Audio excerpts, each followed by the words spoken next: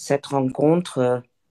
Notre chère sœur Aminata Traoré, qui malgré son emploi du temps hyper chargé, vient de perdre un être cher et ne pourra malheureusement pas se joindre à nous. Alors, nous sommes de tout cœur avec elle. Jusqu'à la dernière minute, elle a vraiment essayé.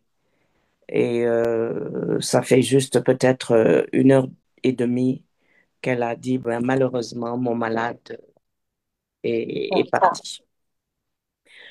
Donc, je vous remercie, vous qui avez pu vous joindre, malgré les difficultés techniques, comme quoi Zoom n'est pas toujours aussi simple qu'on peut le croire. Moi, c'est la première fois que je rencontre des problèmes comme ça. Et merci donc à vous qui avez accepté de venir vous mettre autour de cet arbre à palabres virtuel et à vous autres qui êtes connectés pour pouvoir nourrir un petit peu la discussion. Lorsque il y a à peu près plusieurs mois, je me suis retrouvée avec ces 2 prédictions. C'était le mois de l'histoire des Noirs à Québec. Et en fait, je voulais organiser cela, mais c'était trop court. Et puis, je me suis dit, c'est mieux de le faire dans le cadre du mois de l'Afrique. Ça aura beaucoup plus de poids et ce sera beaucoup plus approprié.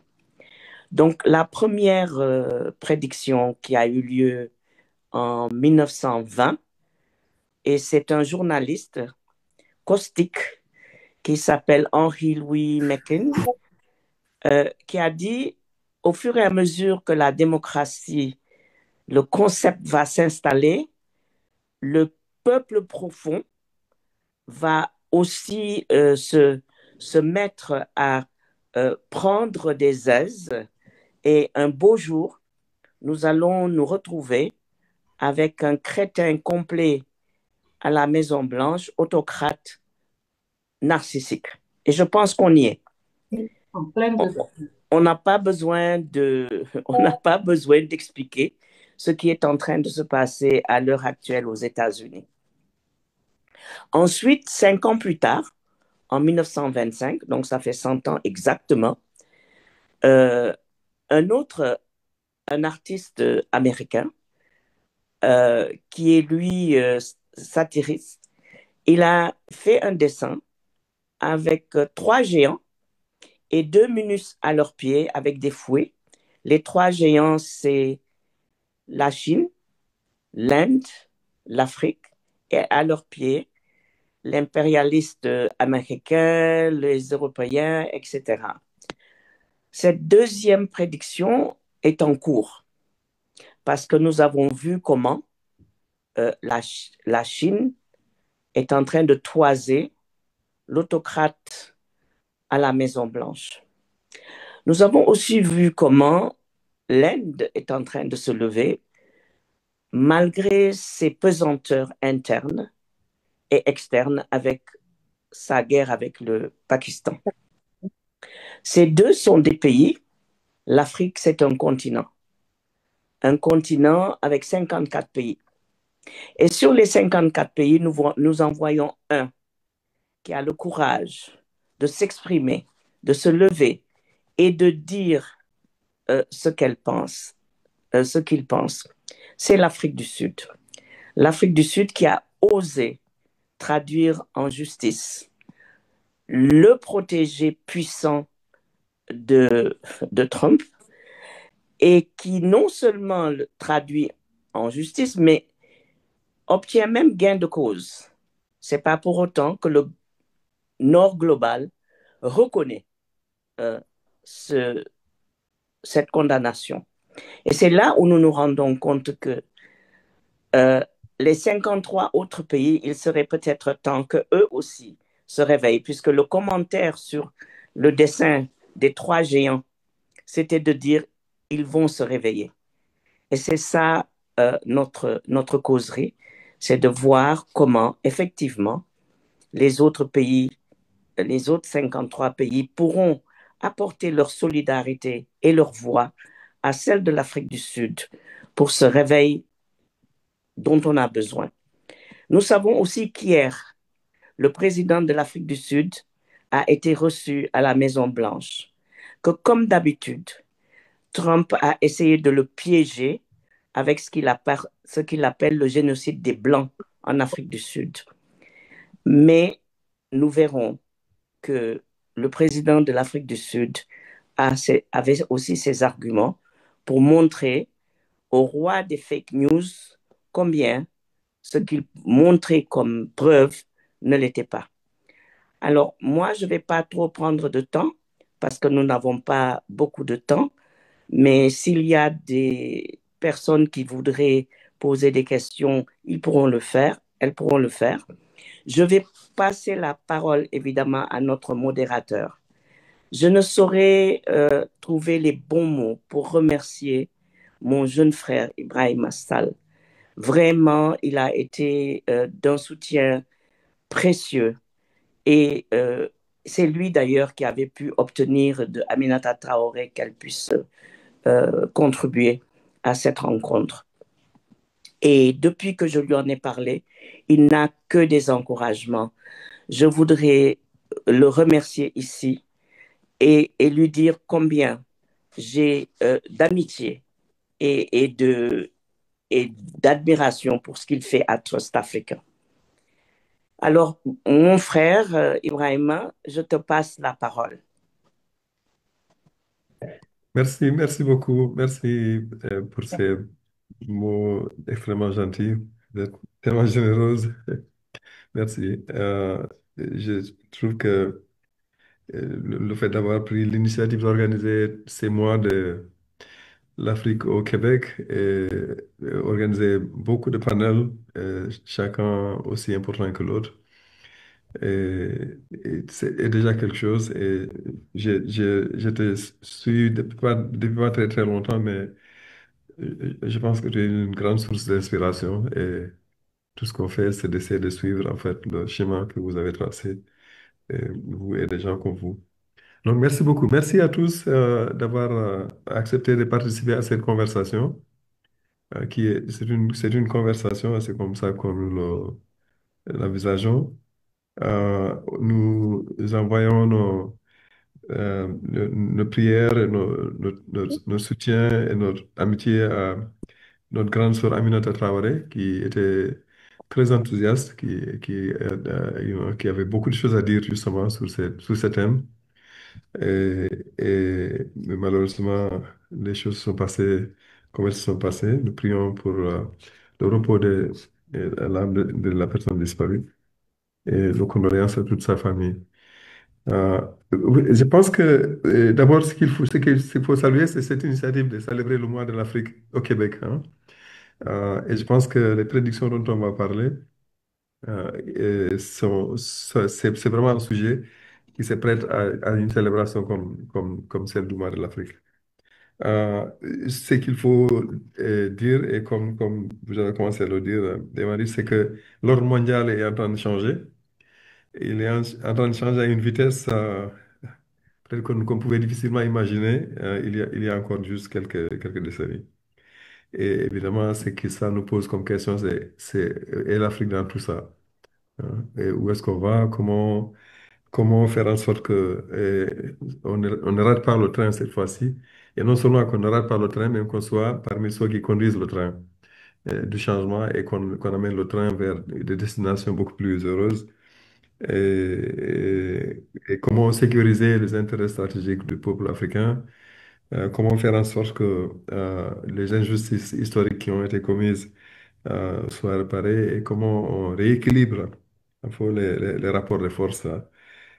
Parce que, en fait, c'est de ça qu'il s'agit aussi. Il y a un rééquilibrage en cours et je pense qu'on ne peut pas comprendre certaines choses qu'on voit, et y compris des postures comme celles qu'on observe aux États-Unis aujourd'hui, en dehors de ce grand rééquilibrage qui se fait. Et, et ce qu'il faut te rappeler avant qu'on ne continue, c'est que le thème choisi par l'Union africaine pour cette année, c'est la justice pour l'Afrique et les personnes de descendance africaine ou d'ascendance africaine, et à travers les réparations. C'était le thème du sommet de l'Union africaine au mois de février. Et c'est le thème toute l'année. Comme chaque année, l'Union africaine le fait, et retient un thème. Cette fois-ci, c'est la réparation. Alors, je pense qu'une des grandes questions, justement, qui mérite réflexion quand on parle de réparation et de justice globale, c'est justement le nécessaire rééquilibrage des rapports globaux. Et comme tu l'as dit très fortement, très justement, c'est on voit la montée de la Chine et d'autres pays qui font partie de cet ensemble qu'on appelle commandement les BRICS. Et on voit que quelque chose est en train de changer, quoi. Quelque chose est en train de changer. Et, et en même temps, on voit aussi comment l'Europe et les États-Unis se réorganisent pour essayer de récupérer le terrain perdu ou essayer de garder un poids, tu sais, qu'ils ont encore comme puissance hégémonique au niveau du monde. Et là encore, euh, on se rappelle que l'Afrique a vécu donc la domination extérieure, le pillage de ressources, les hommes et les femmes qui ont été transportés, les ressources naturelles, y compris les plus précieuses, aujourd'hui les plus prisées, ont été pillées et continuent à être pillées. Les ressources financières, les estimations actuelles sont que notre continent perd près de 100 milliards de dollars par an à travers les flux financiers illicites, les flux financiers dits illicites, hein. C'est le commerce organisé d'une certaine manière qui transfère les valeurs du continent d'une manière illégitime. Et alors, comment changer ça? Comment faire en sorte que et les ressources dont on dispose, y compris les hommes et les femmes qui sont dans ce continent-là, qui est le continent qui concentre le plus de jeunes aujourd'hui dans le monde et qui va bientôt être parmi les plus peuplés, et comment faire en sorte que tout ça soit mobilisé, organisé et structuré de telle sorte que on arrive non seulement donc à rééquilibrer les rapports globaux, et ce n'est pas nouveau comme ambition, ce n'est pas nouveau comme combat. Les Kwame Nkrumah y sont passés avant. Et les grands de ce monde-là ont parlé de nouvel ordre économique international. À un moment donné, on peut parler de nouvel ordre de l'information, même avec Amadou Mahtar Mbow, ce qu'il a essayé de faire, et d'autres. Donc, le combat pour le rééquilibrage et la réorganisation n'est pas nouveau. C'est qu'il prend des contours nouveaux, je crois, et c'est ça qu'il faut comprendre et comment nous positionner dans tout ça. Alors, la caricature que nous avons vue, la deuxième prédiction, on voit trois géants l'Afrique, l'Asie et l'Inde, qui surplombent l'Europe et les États-Unis devraient devenir des nains. Et c'est une vision, c'est une vision d'artistes qui ils ont la force et la capacité de mettre en image des choses qui sont très compliquées, mais la force de l'image, c'est que ça rend tout ça très visible, quoi. Alors, est-ce que c'est ce qu'on doit ambitionner, d'arriver à ce renversement des perspectives et des situations, ou est-ce qu'on devrait aussi faire en sorte que par la libération de l'Afrique, on libère le monde aussi par la même occasion, qu'on aboutisse à une situation beaucoup plus, encore une fois, équilibrée, beaucoup plus juste, un monde nouveau dans lequel on n'aura pas une partie, une minorité d'États et des groupes sociaux qui, euh, qui dominent, qui contrôlent tout, qui dictent, qui, euh, qui briment, hein, qui font tout. Et au contraire, on a un monde beaucoup plus juste, beaucoup plus équilibré, beaucoup plus solidaire. Voilà, je pense que c'est un certain nombre de questions qu'on devrait pouvoir aborder dans le cadre de ce panel. Et la diversité des panélistes, je pense, nous donne une occasion, une opportunité d'avoir des perspectives très différentes, justement, sur cette problématique. Et je voudrais donc remercier tout le monde. Nous avons un panel extrêmement riche. Démari Fall ne s'est pas présentée elle-même, mais c'est une experte de l'UNESCO pendant des années. Elle a travaillé au niveau de l'UNESCO. Elle est active dans les bureaux de la francophonie. Elle joue un très grand rôle au niveau aussi bien du Sénégal que dans la diaspora africaine. Et au Québec, comme on a vu, c'est elle qui a pris, entre autres, elle ceux qui ont, parmi ceux qui ont initié ces mois de l'Afrique au Québec et reste panafricaniste jusqu'au bout. Ebrima, on te suit plus? Vous m'entendez? Oui, on Est-ce que l'entend. vous m'entendez? Oui, oui, très bien. On Oui, oui, l'entend. ouais. Oui. OK. Voilà. Très rapidement, je voulais juste, je vais inviter chaque panéliste à se présenter avant de commencer à parler. Mais la liste est assez impressionnante. On a Jean-Michel Atta, président de la commission enjeux globaux, euh, Cohen OIF, membre du bureau exécutif du Centre international de droit comparé et de l'environnement. On a Fanta Badjo, cadre commercial et formatrice en hôtellerie. On a Isman Soukaina Diop, qui est psychologue clinicienne, enseignante chercheuse et maître de conférence à l'Université Cheikh Anta Diop de Dakar. On a Aziz Salmon Fall, qui est professeur, politologue internationaliste, membre du GRILA, groupe de recherche et d'initiative pour la libération de l'Afrique.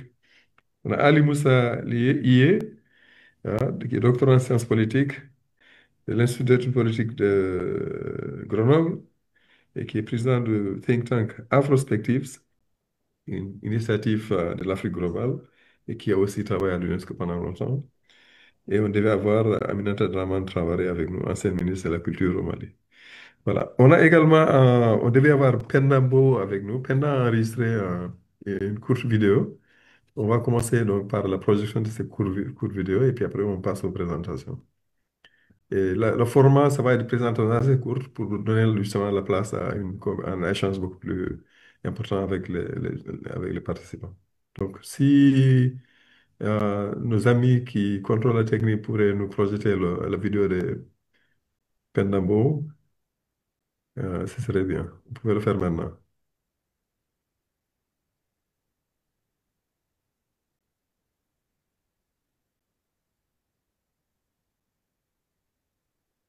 Est-ce qu'on va pouvoir voir la vidéo? Partage d'écran. Je pense on peut continuer et puis peut-être pendant la discussion, on ferait une petite pause pour cela, le temps qu'on envoie ça aux techniciens. Bon, d'accord. Alors, dans ce cas-là, je vais inviter le premier panéliste. Je vais juste suivre l'ordre tel que c'est sur le papier. Et Monsieur Jean-Michel Atta, 2 minutes pour nous dire un petit peu plus de ce que vous faites de vous-même. Et après, vous avez 5 minutes pour partager vos réflexions sur le thème. D'accord. Alors, bonjour à tous. Est-ce que vous m'entendez? Très bien. Oui. Alors, bonjour à tous. Je tiens d'abord à remercier la présidente du collectif du patrimoine immatériel pour la francophonie, Madame Marifal, hein, pour cette très belle initiative. Et donc, je suis Jean-Michel Atta, docteur en droit public, enseignant à l'Université de Perpignan, ici en France. Et aussi, comme vous l'avez indiqué, je suis par ailleurs président de la commission enjeux globaux au sein de la co-ING de l'OIF, l'Organisation internationale de la francophonie, et aussi membre du bureau exécutif du Centre international de droit comparé de l'environnement. Alors, c'est un grand plaisir de participer à cet échange, ou alors, comme l'appelle notre aîné Marifal, à cette causerie. Et donc, j'espère, avec tous les panélistes, que, bien entendu, nous pourrons apporter notre modeste contribution à ce grand sujet. Merci. Allez-y, vous pouvez continuer vos réflexions sur le thème en quelques mots. Ah, d'accord, j'ai cru comprendre Oui, que ce ouais. serait après. Ouais, donc, vous pouvez Euh, continuer. Ouais. d'accord, ok. Ouais. Donc, alors, pour moi, je suis particulièrement, je dirais, fier de participer à cet échange, d'autant plus que cette initiative s'inscrit, d'après ce que j'ai pu comprendre, par une plus grande initiative, à savoir de faire reconnaître par l'Union africaine et par tous les États africains le mois de mai comme le mois de l'histoire de l'Afrique et de ses diasporas. Et donc, bien entendu, si ce projet venait à aboutir, ce projet serait une très belle acquisition pour le patrimoine immatériel de l'Afrique. Et l'histoire est la lanterne qui éclaire le chemin des peuples dans la vallée ténébreuse de notre vie terrestre. Et un peuple sans histoire, on le sait, est un peuple égaré. Et une personne égarée est naturellement une personne vulnérable, une personne que l'on peut facilement soumettre à notre volonté. Et ceci, les colons l'ont bien compris. Ils l'ont bien compris. C'est pour cette raison que l'un des premiers objectifs de la colonisation fut d'effacer l'histoire, autrement dit les mémoires et l'âme des peuples africains. Et donc, ce qui fait que, mais contrairement aux Occidentaux, qui, ou disons, dont l'histoire ou la mémoire est dépendante des écrits et je dirais des bouts de papier, l'Afrique avait cette chance d'avoir des bibliothèques immatérielles, pour ranger son histoire. Il s'agit notamment des griots, on le sait tous, les griots du Mali. Il s'agit aussi des anciens qui, à travers des contes et des récits, permettaient de perpétuer notre histoire, notamment aussi les griots qui, à travers des chants accompagnés de belles mélodies, permettaient de perpétuer l'histoire de l'Afrique. Et donc, grâce à ce patrimoine immatériel, l'Afrique a su garder une grande partie de sa lanterne, autrement dit de son histoire. Et aujourd'hui, notre aîné Marifal, ou encore notre sœur Marifal pour d'autres, nous appelle à une discussion sur deux déclarations.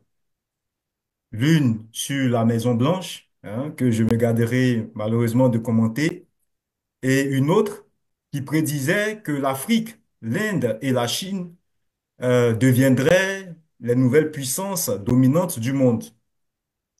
Et à cette question, on va s'interroger de savoir que fait l'Afrique pour en faire une réalité. À cette question, moi, j'apporte trois réponses que je me permettrai de développer plus tard, notamment l'éducation comme le premier pilier de réponse à cette question. Ensuite, la paix, l'entente, la cohésion et la solidarité entre les Africains comme le deuxième pilier de réponse. Et enfin, le troisième pilier de réponse, pour moi, est l'investissement des instances internationales. Parce que je suis juriste internationaliste, spécialiste de droit international de l'environnement. J'interviens beaucoup dans les instances et les conférences internationales, dans les négociations internationales. Et malheureusement, la société civile africaine, brille parfois par son absence. Et donc, c'est également l'un des piliers que je vais aussi soulever en tant que réponse à cette question. Voilà, c'est tout ce que je pourrais dire pour l'instant. Je vous remercie.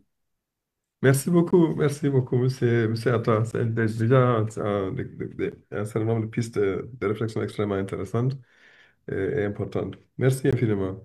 Alors, je vais à présent inviter Madame Fanta Badjo, aussi de prendre la parole. Dites-nous un peu plus ce que vous faites.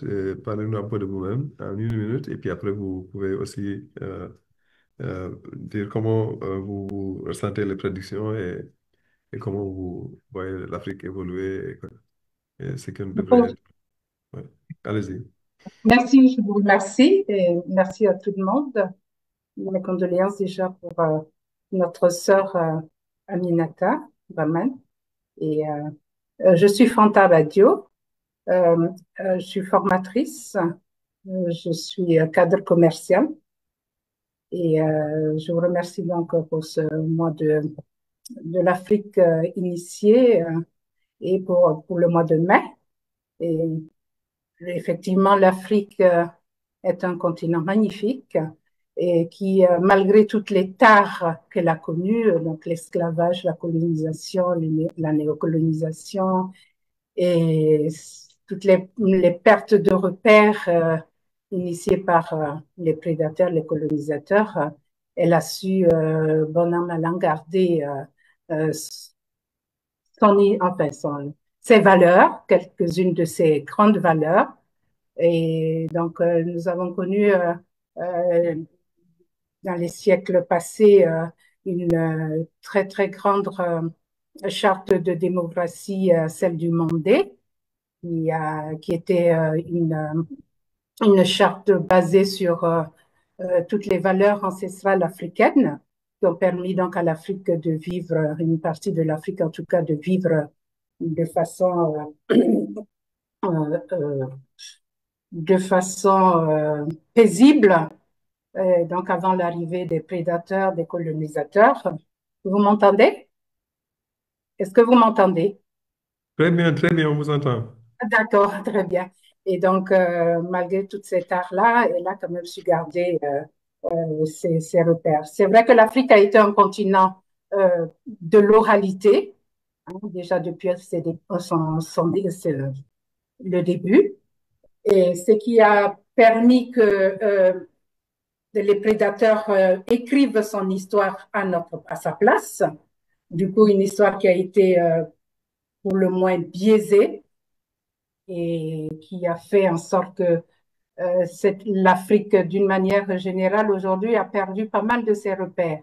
Donc, les solutions que je propose, que je vois, c'est qu'il faut déjà que nous puissions nous réapproprier nos valeurs qui ont fait de l'Afrique cette grandeur, qui lui ont permis de tenir jusqu'à présent.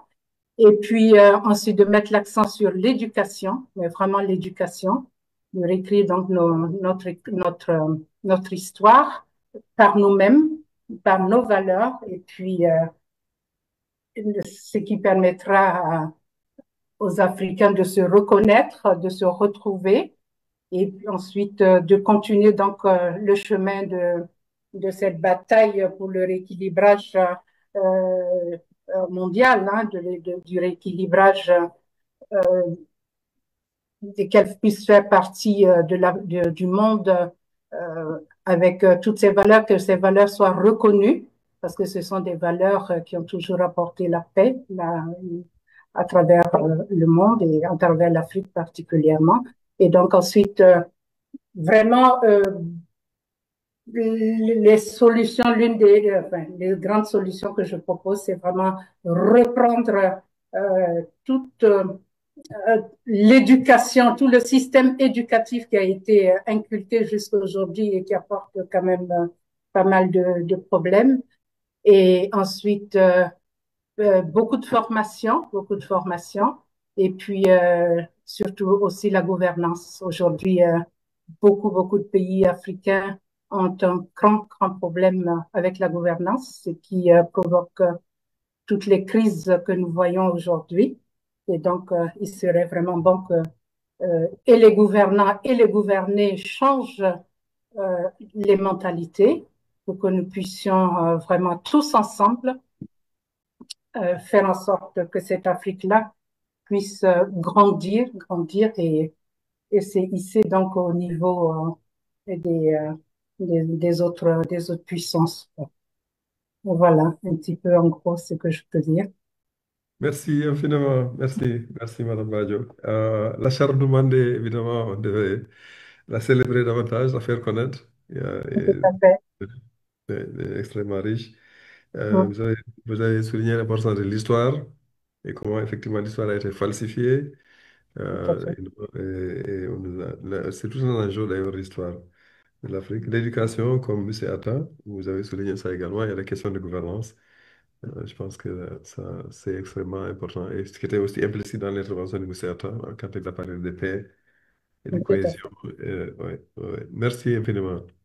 fait. Alors, à présent, je vais inviter professeur Ismaël Soukaina Diop de l'UCAD de prendre la parole. Présentez-vous aussi et puis en une minute et puis après, vous nous dites comment vous aborderez cette question. D'accord. Merci beaucoup de m'avoir invitée. Je suis Ismahane Soukaina Diop, je suis enseignante-chercheur à l'université Cheikh Anta Diop au département de psychologie. Je suis docteur en psychologie clinique et en psychopathologie. Donc, je m'occupe de la formation des étudiants dans ma discipline, c'est-à-dire la psychologie qui consiste à proposer du soin, de la psychothérapie. Alors, merci de m'avoir invitée. À mon tour, je présente toutes mes condoléances à Madame Traoré qui n'est pas parmi nous.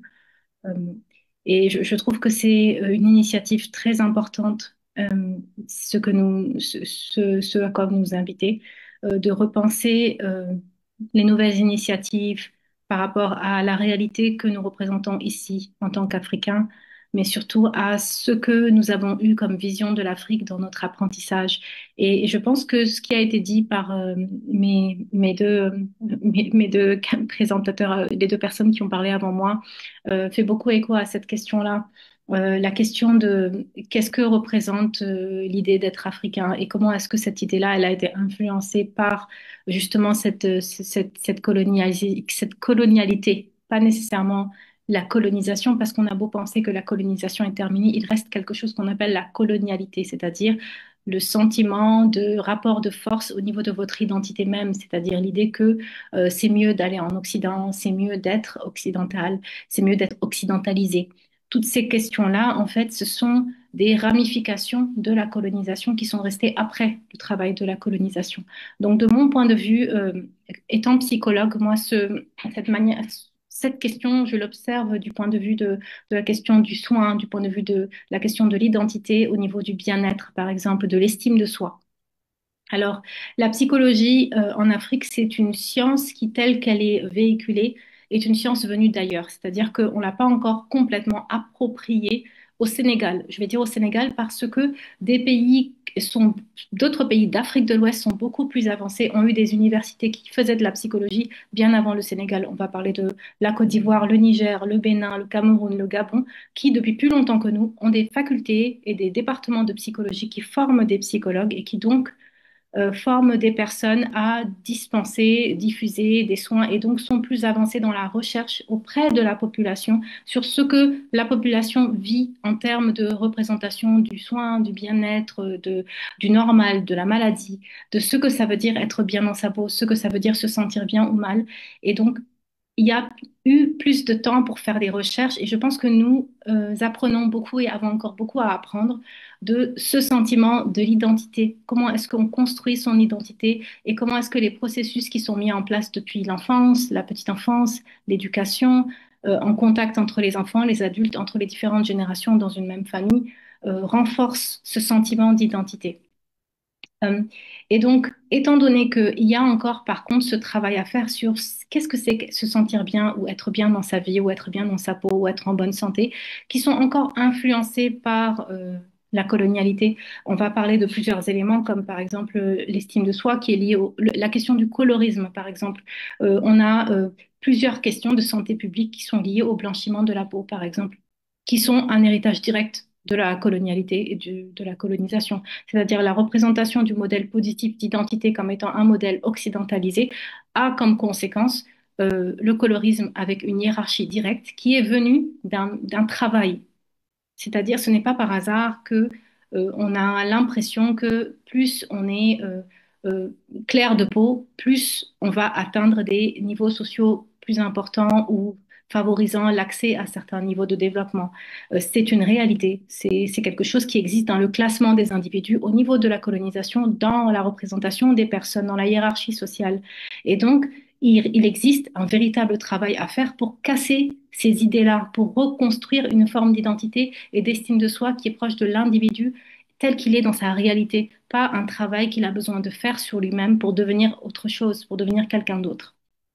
Et aussi, notre travail à ce niveau-là peut permettre de recentrer, de se centrer sur nos éléments endogènes, sur les éléments de notre culture qui sont délétères, qui nous font du mal, comme par exemple les pratiques délétères contre le bien-être, qui sont entre guillemets, représentées comme étant des pratiques culturelles qui, en vérité, en fait, finalement, qui aussi sont faites comme des mécanismes de revendication identitaire. Donc, certains groupes vont renforcer certaines pratiques qui peuvent aller à l'encontre du bien-être des personnes en se disant que c'est notre manière de ne pas se retrouver dans cette forme de confrontation avec cette occidentalisation et de revendiquer notre identité. Or, on peut revendiquer notre identité sans aller à l'encontre de soi-même sans aller à l'encontre du bien-être, de la santé de quelqu'un.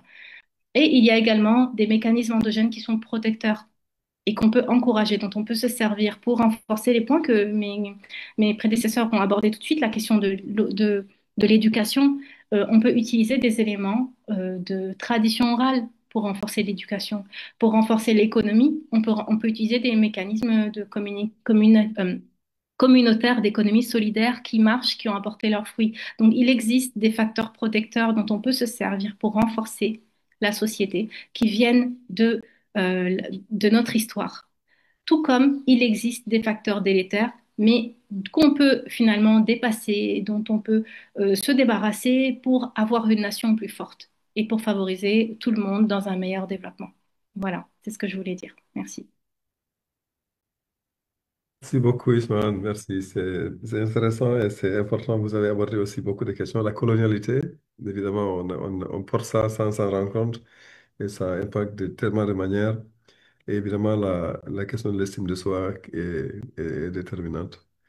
On est fasciné par tout ce qui vient d'ailleurs, par ce qui se passe ailleurs.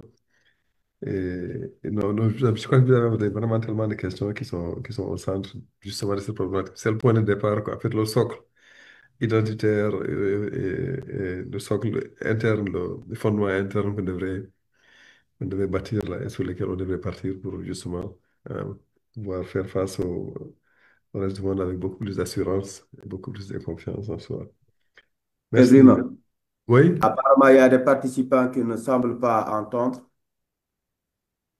alors donc j'espère s'approcher du que, micro. d'accord, j'espère que le technicien va nous aider à augmenter le volume. Mais en tout cas, merci encore à Madame Diop. Merci. Je vais à présent inviter Aziz Salmon Fall à prendre la parole. Aziz, 1 minute to introduce yourself also. Et puis, It's okay. I will be brief. Merci beaucoup, Ibrahima, et effectivement, condoléances à Aminata. Merci, Anne-Marie, de nous donner cette opportunité. Je serai très bref. Écoutez, j'arrive comme ça, au pied levé, de débarquer à Dakar. Et donc, et justement, j'ai évoqué cette question de la colonialité en Argentine, puis c'est un concept latino-américain que Quijano essaie de décrire pour montrer la persistance de d'autres formes que la seule expression du colonialisme. Et j'ai bien l'impression que souvent on sous-estime aussi que ce problème existe ailleurs. Et par exemple, en Argentine, ils en sont très affectés avec un eurocentrisme très prégnant. Et l'eurocentrisme, en fait, c'est un culturalisme, c'est-à-dire il imagine qu'il y a des invariants culturels qui va façonner les parcours historiques des différents peuples. Et c'est une position qui est assez anti-universaliste. Euh, Et je crois que le grand drame de nos sociétés, en tout cas africaines, c'est une forme d'amnésie. Et même lorsque j'entends ce discours sur l'existence ou non des dimensions psychoculturelles qui nous affectent, à l'époque, nous avions eu la chance d'avoir les cérémonies d'Und-Up à l'hôpital Fann. On a peut-être besoin d'un up collectif pour pouvoir exorciser avoir ces effets de catharsis, tellement l'amnésie collective sur ce que nous sommes, sur ce que nous sommes devenus, mais aussi reconnaître que nous avons des vitalités que l'Afrique nous offre, que les autres n'ont pas et qui nous envient. D'abord, qu'est-ce qui fait que nous soyons africains et qu'est-ce qui nous distingue des Orientaux ou des Occidentaux? Or, c'est des choses que la plupart des Africains vivent parce qu'ils ne le conceptualisent pas, mais lorsque nous, on prend la peine de le conceptualiser, ne serait-ce que sur l'optimisme, voilà, il n'y a pas l'angoisse du lendemain, d'autres conceptions ontologiques que nous avons et que les autres nous envient en réalité, de ces forces vitales. Mais c'est pas tant l'objet, mais en regardant ces deux images qu'on nous propose de commenter, la première, ce qu'on appelle une prédiction, je ne pense pas que les États-Unis ont attendu l'actuel occupant de la Maison-Blanche. Je pense qu'il y a eu Ronald Reagan, qui était une autre sorte de bouffon, acteur de série secondaire, qui a eu à arriver dans une période qui a été celle de l'ère de l'ajustement et du néolibéralisme et du désengagement sélectif des États. Il y a eu Bush fils, qui était une autre caricature.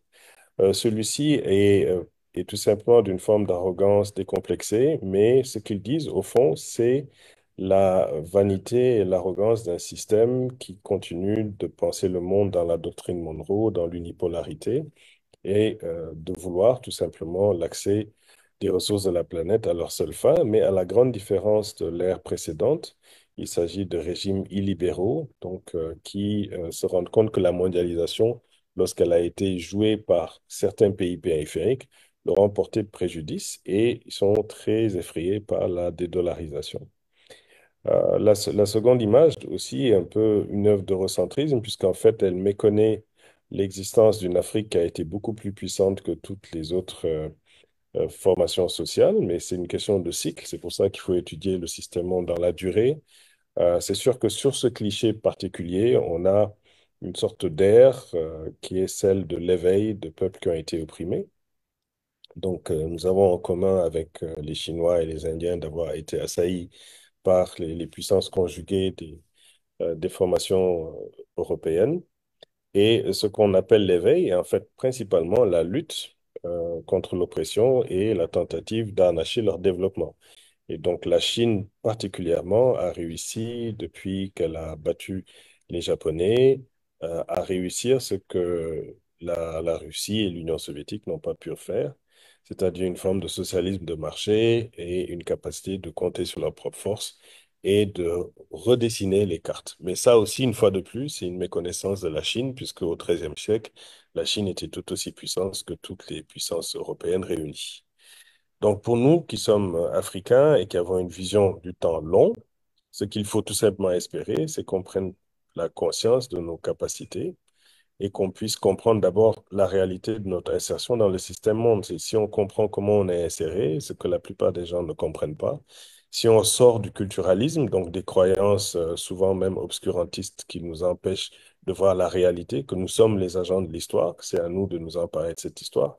Mais si on attend un déterminisme ou à des croyances qui, jusqu'à présent, nous engluent, y compris la croyance à l'aliénation occidentale, eh bien, à ce moment-là, malheureusement, l'Afrique reste enfermée dans une division internationale du travail qui, voilà, l'empêche de sortir de sa condition. L'Afrique du Sud dont vous parlez elle-même reste empêtrée. Nous qui avons eu la chance de lutter dans le mouvement contre l'apartheid, nous avons vu avec désarroi comment euh, nos propres camarades ont préféré s'infliger un plan d'ajustement structurel. Ibrahim le connaît mieux que moi, le DAR instead of the RDP. Et puis, ça a été vraiment une catastrophe puisque c'était l'idée d'un Black Empowerment. Et ce pays qui était censé être la locomotive hein, de notre processus de sortie de crise s'est retrouvé très rapidement avec une victoire politique et non pas une victoire économique.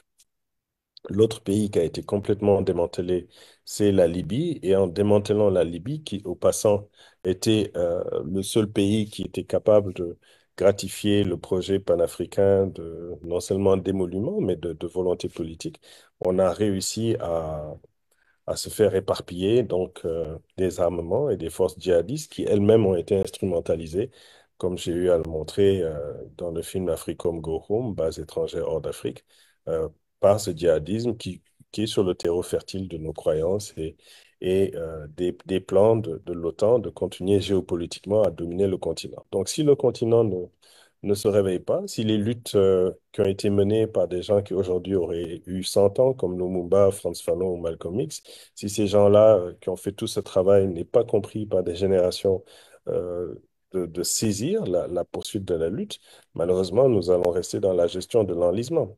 Ou alors d'usurpateurs qui utilisent nos emblèmes et nos luttes pour prétendre les faire, alors qu'en réalité, ils ne mènent pas la lutte pour la libération du continent. La lutte pour la libération du continent suppose vraiment un sursaut collectif, un changement des mentalités masculines, un basculement sur les conditions féminines. Ce sont les femmes qui principalement seraient à la tête d'un véritable changement dans ce continent. Tant que ça n'aura pas lieu, tout ce que je viens de vous expliquer n'aura pas lieu. Donc bon, je ne veux pas être trop long, mais puisqu'on nous dit que c'est une causerie, voilà, on est un peu sous l'arbre à palabre. Je vous lance comme ça quelques délires verbaux. Comme je vous dis, je suis encore sous mon décalage horaire et je ne suis pas sûr que je serai capable de continuer la séance tellement j'ai sommeil. Mais comme des maris a le don de pouvoir m'obliger de faire tout, je vais juste accepter une fois de plus la grande gentillesse qu'elle a eue à me convier à cela. Mais je crois que Ibrahima et moi avons une grande séance à laquelle nous convions tous ce 25 mai, à la Journée de l'Afrique, et on va essayer de développer tous ces enjeux-là. Mais franchement, pour clore, la pensée pour les diasporas africaines des Amériques, la résilience, la continuité de ces peuples-là dans des sociétés qui les aliènent, qui les indisposent. Je viens de sillonner le Brésil et l'Argentine. Je vous dis, l'Afrique a une grande résilience et on doit avoir une grande pensée pour nos frères et sœurs qui, dans des conditions extrêmement difficiles, continuent de faire subsister leur africanité. Voilà, merci. Merci beaucoup, Aziz. Totalement cohérent, et toujours aussi pertinent que jamais. Les décalages horaires, on l'a vraiment senti. Merci beaucoup pour tout ce que tu as soulevé comme point important. Euh, on a des choses à régler à notre niveau, mais on a également une vitalité et des ressources et beaucoup d'avantages. Des questions problématiques de l'amnésie, l'aliénation, et aussi nous rappeler que, en fait, on a connu d'autres euh, occupants de l'autre maison qui n'étaient pas les plus brillants non plus, quoi, dans le temps. Mais en fait, je pense qu'on est quand même dans un contexte assez particulier aujourd'hui, mais avec tout ça là, tout ce qu'on a pu voir là, il semble que on a franchi d'autres degrés dans cette dynamique. Et, et c'est intéressant aussi ce que tu as dit de l'Afrique du Sud, de la Libye et des femmes là. On était à la célébration de Fatou Sow la semaine dernière et j'étais tenté de dire que dans le temps, les gens parlaient du prolétariat qui va se libérer et libérer le monde par la même occasion. Je pense que c'est tout à fait juste de dire que finalement la libération véritable se fera quand les femmes se libéreront et libéreront le monde avec elles, sur le fond. Voilà, merci encore. Ali, euh, tu as aussi beaucoup de choses à dire sur ce sujet.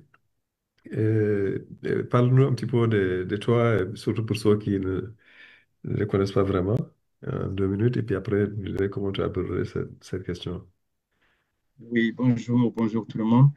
Alors, je suis Ali Boussaïe. Je suis le président d'un think tank qu'on a créé il y a 3 ans qui s'appelle Afrospective pour une initiative de l'Afrique globale. Mais avant ça, j'étais à l'UNESCO où j'ai dirigé le programme L'Histoire générale de l'Afrique et la route de l'esclave. Voilà, et par ailleurs, ben, je travaille un peu à côté sur le système de gouvernance endogène en Afrique et comment on pourrait le revisiter pour pouvoir créer des institutions endogènes en Afrique pour sortir de la crise démographique. Alors, j'ai remercié Marine Derifal de m'avoir invité aussi à cette causerie sur donc un peu l'avenir de l'Afrique. Mais l'Afrique a fait l'objet de toutes sortes d'analyses prospectives et de projections qui nous apprennent plus sur les biais, les préjugés et les limites de ceux qui se livrent à cet exercice que sur les réalités africaines elles-mêmes. Il y a quelques décennies, la mode était à l'afro-pessimisme. Tous les Cassandres du monde et même du continent nous prédisaient une Afrique laissée sur le bord de la route du développement, la route du progrès. Et puis soudain, depuis quelque temps, les médias internationaux et les instituts d'observation ont commencé à parler d'afro-optimisme, d'émergence de l'Afrique, etc. Et comme toujours, donc, beaucoup de nos dirigeants ont suivi le mouvement et ont commandité des espèces de plans émergence 2030, émergence 2040, émergence 2000. Une série de pays se sont lancés dans ce genre de trucs. Même l'Union africaine s'est prêtée à ces jeux en lançant son agenda 2063, l'Afrique que nous voulons. Bref, on a connu une prolifération des études sur les futurs africains. Mais pour moi, le passage de l'afro-pessimisme à l'afro-optimisme, il découle du même paternalisme des uns qui veulent parler sur nous et à notre place, et du même mimétisme des autres qui se définissent toujours par rapport à ce que disent les autres sur eux. Mais aujourd'hui, dans un contexte de basculement géopolitique, l'Afrique est redevenue un terrain de confrontation, on le sait, encore l'objet de nouvelles convoitises, mais les peuples africains continuent toujours d'être considérés comme des figurants et non pas comme des acteurs de leur destin. Donc, pour parler du réveil de l'Afrique, encore faut-il que nous comprenions les déstructurations qui ont survenu dans notre passé et les mécanismes de domination et d'exploitation de notre présent que nous vivons, que nous subissons. Et pour moi, tout le problème peut se résumer à une question essentielle, je pense, celle de la souveraineté.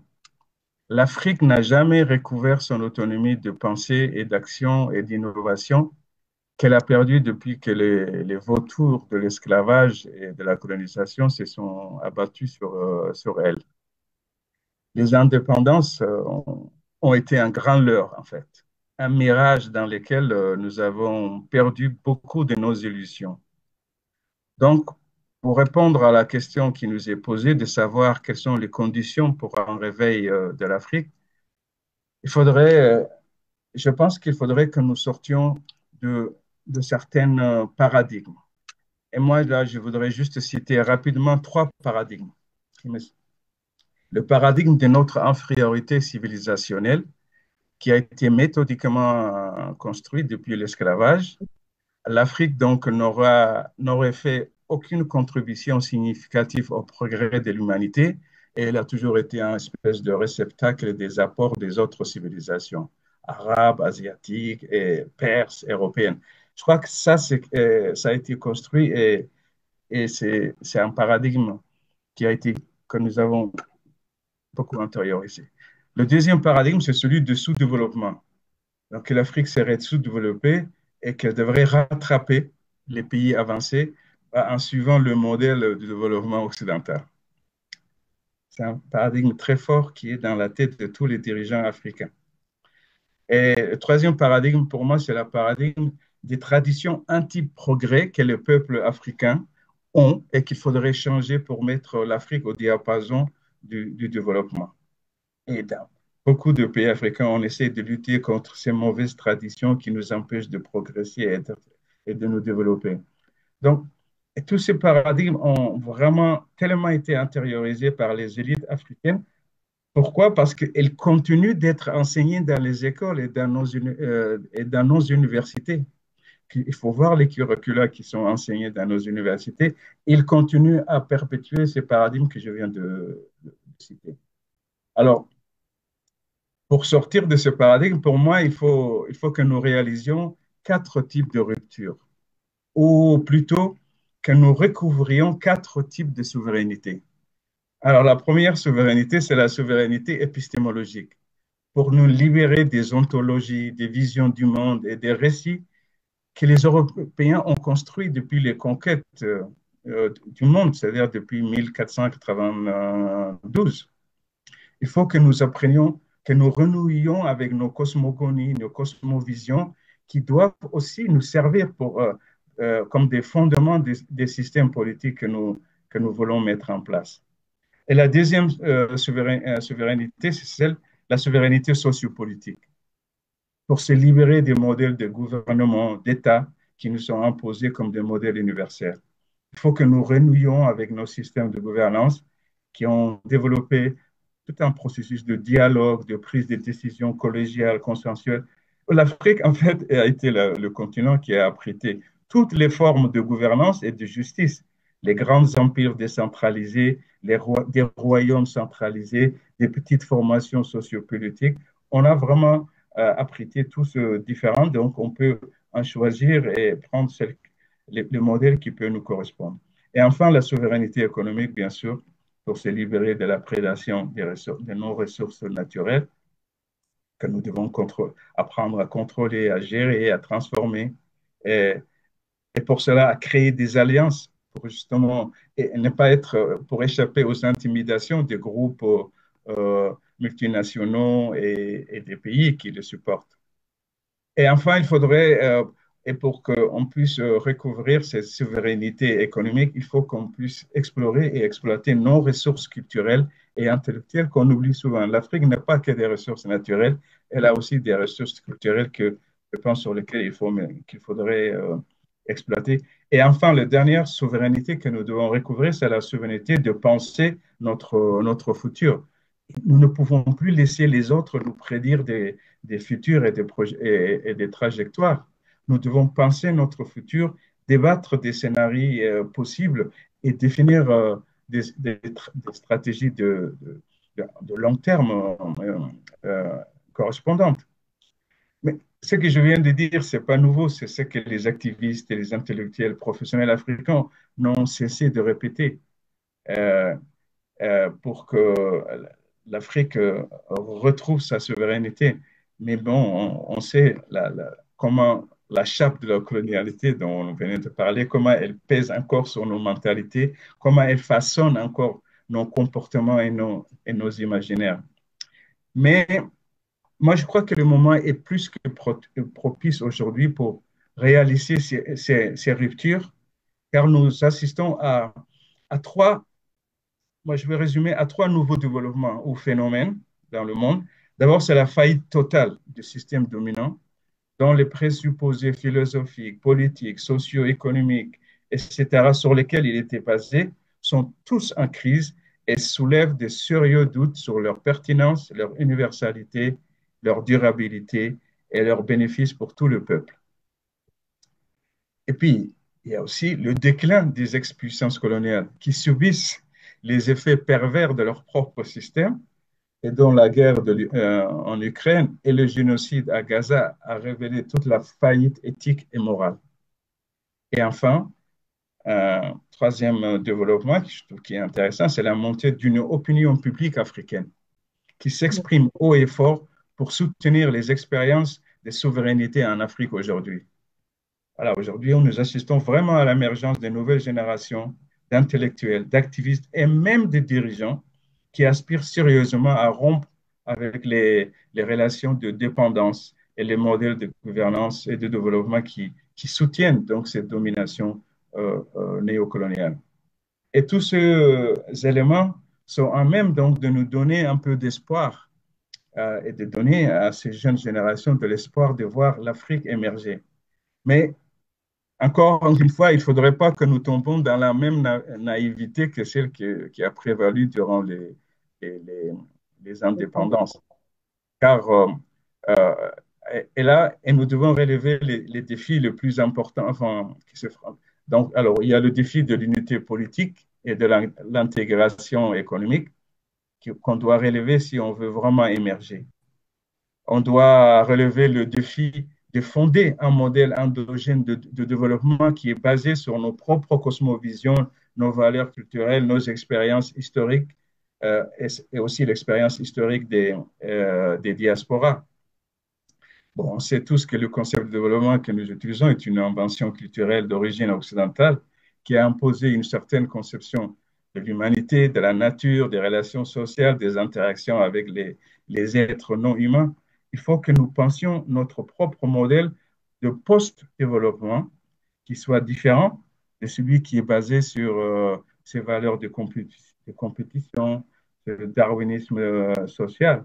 Et c'est en cela que je crois que l'Afrique, ce que tu disais, Ibrahima, l'Afrique peut non seulement éclairer et sortir et émerger, mais aussi éclairer les autres peuples du monde pour leur montrer qu'un autre monde est possible, un autre horizon est possible pour le monde là. Donc là, je pense que vraiment on est à un moment critique et très important où nous pourrions peut-être aujourd'hui non seulement trouver les moyens de nous sortir de cette colonialité, mais aussi de montrer le chemin à d'autres peuples en nous unissant aussi, parce qu'il y a plein des débats aussi en Amérique latine. Je pense que les peuples autochtones sont en train aussi de travailler dans ce sens-là. Voilà ce que je voulais un peu partager, mais on aura peut-être l'occasion d'en discuter dans les discussions. Merci. Merci beaucoup, merci, merci infiniment, Ali. Aussi, beaucoup de questions, évidemment, beaucoup de questions. Les ruptures, les souverainetés, énormément, et termine sur cette note d'espoir, mais également un défi qu'il faut relever pour pouvoir justement euh, éviter de verser dans une certaine naïveté, comme tu le dis fort justement. Mais énormément de choses, beaucoup de points sur lesquels on pourrait revenir, bien sûr. Et comment comment retrouver surtout, je pense que ça, c'est vraiment l'un des éléments clés, quoi. Souveraineté au niveau de la pensée, au niveau de la manière de sense-making, la manière justement déchiffrer les choses, comprendre les choses et partir de là pour justement euh, réfléchir nous-mêmes par nos propres têtes, quoi, en quelque sorte, par rapport à nos réalités. C'est peut-être l'occasion aussi de se rappeler et de saluer la mémoire de Mudimbe, Valentin Mudimbe, qui est décédé à moins de 2 mois, mais qui a écrit Les mensonges de l'Afrique, parler de la bibliothèque coloniale et de la manière dont elle a influencé la pensée euh, de l'Afrique là. Mais tu as aussi abordé la question de l'éducation et surtout au niveau universitaire là où le curricula qui justement perpétue un certain nombre de choses quoi, qui sont pas les meilleures. Je voudrais saluer la présence de Penda Mo parmi les personnes qui suivent ce débat-là. Penda nous a envoyé une vidéo. Est-ce qu'on peut visionner la vidéo maintenant justement pendant que Penda est là avec nous? Voilà. Continent puisse prendre en charge mouvement intellectuel puissant qui traverse le continent puisse prendre en charge toute la réflexion, l'histoire des idées que nous avons connues au moins depuis la Deuxième Guerre mondiale. Mais relier aussi le continent à la diaspora africaine-américaine, les diasporas africaines à travers le monde, parce qu'il n'y a pas que cette diaspora africaine-américaine, et créer autour d'événements, autour d'identités, comme le Festival mondial des arts nègres l'a été, mais aussi revisiter toute la pensée depuis les Padmore, les Garvey, Marcus Garvey, etc. Essayer véritablement de créer des liens de solidarité avec les diasporas. Et c'est ainsi que nous pourrons conquérir notre place dans le monde avec une autonomie et ne pas faire de la souveraineté un simple slogan, faire de telle sorte que cette souveraineté aussi soit l'objet et l'origine de respect du continent africain. Je crois que la réflexion n'est que lancée. Il y a plusieurs idées qui partent d'ici et là, de la diaspora, du continent, et c'est ça que nous devons rassembler. Les plateformes existent. Nous pouvons utiliser Internet, organiser de grandes réunions. Ce que vous faites, Ndeye Fall, avec cette prédiction qui est en train de se confirmer, nous devons continuer à travailler chacun là où il est et aller vers une sorte de convergence à partir justement de tous ces événements. Je vous remercie.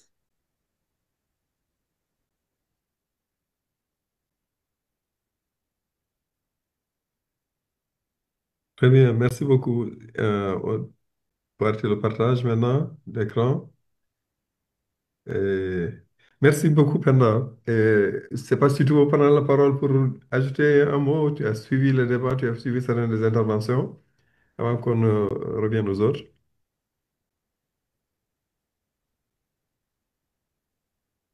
OK. Penda? Bon. Pour ceux qui ne la connaissent pas, Penda Mbow est professeur d'histoire à l'Université Cheikh Anta Diop de Dakar. Elle a été ministre de la Culture, elle a été fondateur du mouvement citoyen, elle a été très active comme personnalité politique ambassadrice au niveau de la francophonie et une des figures les plus en vue, les plus respectées au niveau de la société civile et au niveau de notre continent aujourd'hui. Alors, Merci. Ibrahima, vous m'entendez maintenant? Voilà, maintenant on t'entend, ouais, vas-y. Voilà, merci. Il est vrai que vous n'avez eu que la troisième partie de ma vidéo. Parce que dans la première partie, j'ai essayé de dire, à partir de la vision de Wolff, qui parle justement d'une crise que va connaître l'Occident, et celle d'Emmanuel Todd, qui déjà prédit la défaite de l'Occident. Je crois que j'ai essayé d'expliquer à travers les deux premières vidéos que nous sommes dans un monde aujourd'hui où l'Occident, je crois, l'hégémonie de l'Occident est en train de s'affaisser et d'autres forces émergent. Et parmi les forces émergentes, il est vrai, il y a la Chine, il y a l'Inde, D'aucuns diront, y ajouteront l'Iran, mais moi je dis que le continent africain, qui a toujours été convoité, fera partie justement des forces émergentes, comme l'a prédit cette vision sur la caricature. Et qu'est-ce qu'il nous faudra faire? C'est ça la grande question. Comment saisir les opportunités? J'en ai parlé, mais on ne peut pas saisir les opportunités sans une organisation de notre jeunesse, la jeunesse aujourd'hui qui est la force centrale de l'Afrique, sans une éducation. Mais une éducation qui sera fondée et basée sur notre histoire, sur notre identité africaine. Et je sais que quelqu'un comme Aziz, il travaille depuis très longtemps, mais cette identité africaine, nous devons la maîtriser autour de valeurs, valeurs importantes. Et ces valeurs peuvent être des valeurs sur la dignité retrouvée parce qu'on nous a enlevé cette dignité au cours de l'histoire à travers la traite négrière, la colonisation, le néocolonialisme. Et nous devons reconquérir, comme les gens comme Fanon et autres l'ont dit, reconquérir notre personnalité, notre africaine personnalité. Et nous ne pouvons pas compter sur les autres, nous ne devons compter que sur nous-mêmes. Mais pour y arriver, on ne peut pas aussi nier la démocratie, on ne peut pas aller vers une inversion aujourd'hui de la démocratie, une infirmation de la démocratie qu'on voit un peu partout à travers le continent. Nous devons nous battre pour imposer et implanter cette démocratie. C'est une réalité. Nous devons nous battre aussi pour imposer, de mon point de vue, une lutte acharnée contre la corruption. Comment voulez-vous que l'Afrique s'en sorte si elle ne compte pas sur les ressources déjà disponibles et les ressources qui sont là et que nous pouvons utiliser si ces ressources sont dilapidées d'une part, d'autre part, si ces ressources par des élites, je n'entends plus le mot des élites compradores qui sont là et qui sont au service des autres. C'est-à-dire, moi, je pense aujourd'hui, il faut retrouver l'âme de ce continent. Et l'âme de ce continent, ce sont des valeurs positives. On ne peut pas, il faut combattre la corruption. Il faut nous battre pour nous dire que nous n'avons pas besoin de ce matérialisme effréné qui bloque le continent. Nous avons besoin d'organiser nos ressources, de les rationaliser, de les partager et surtout de construire notre continent et notre devenir à partir d'une utilisation raisonnée de ces ressources. Moi, je pense que vraiment, s'il faut une autarcie, s'il y a un endroit où il peut y avoir une autarcie, où nous pouvons produire tout, mais vous voyez, nos terres sont dilapidées, achetées par des pays, y compris la Chine, la Russie. On nous prend nos réserves d'eau, on va nous prendre... Tout dépend, notre survie, il dépendra. Donc, moi, je pense que nous devons être sévères avec nous-mêmes, nous remettre en cause, faire notre autocritique. Sans cette autocritique aussi, on ne pourra pas aller de loin. Moi, la question que je me pose toujours et que je n'ai cessé de me poser, qu'est-ce qui a expliqué la vulnérabilité de notre continent pour avoir permis et la colonisation, et l'esclavage et la colonisation? Si nous répondons à cette question sur la vulnérabilité, c'est sûr que nous trouverons la solution à tous nos problèmes. Donc, Ibrahim, le moment est venu. Cette convergence, nous devons aller vers cette convergence, mais avec le puissant mouvement intellectuel que les Aline Diop ont commencé, que les Senghor ont commencé, que les Cheikh Anta ont commencé. Nous avons tout ce qu'il nous faut en termes de réflexion, mais la jeunesse ne s'est pas du tout approprié toute cette réflexion sur le long terme, et ça aussi c'est un travail important que nous devons mener. Donc, le travail qui nous attend a l'air d'être immense, mais c'est passionnant parce qu'il s'agit de libérer notre continent. Merci. Merci beaucoup, Penda, pour ces mots, ces propos.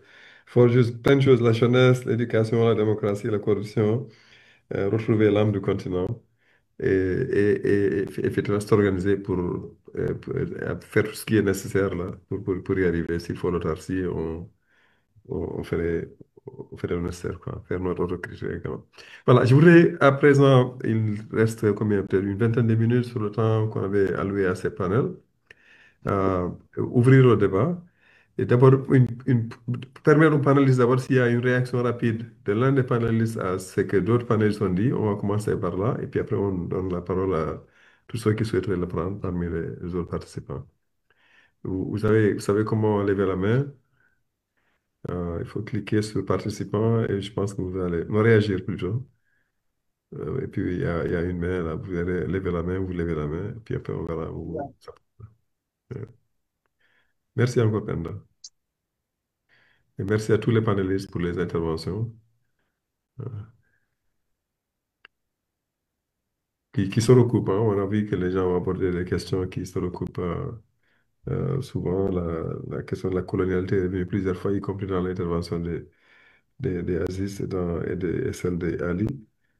Et c'est Mme Diop qui a commencé.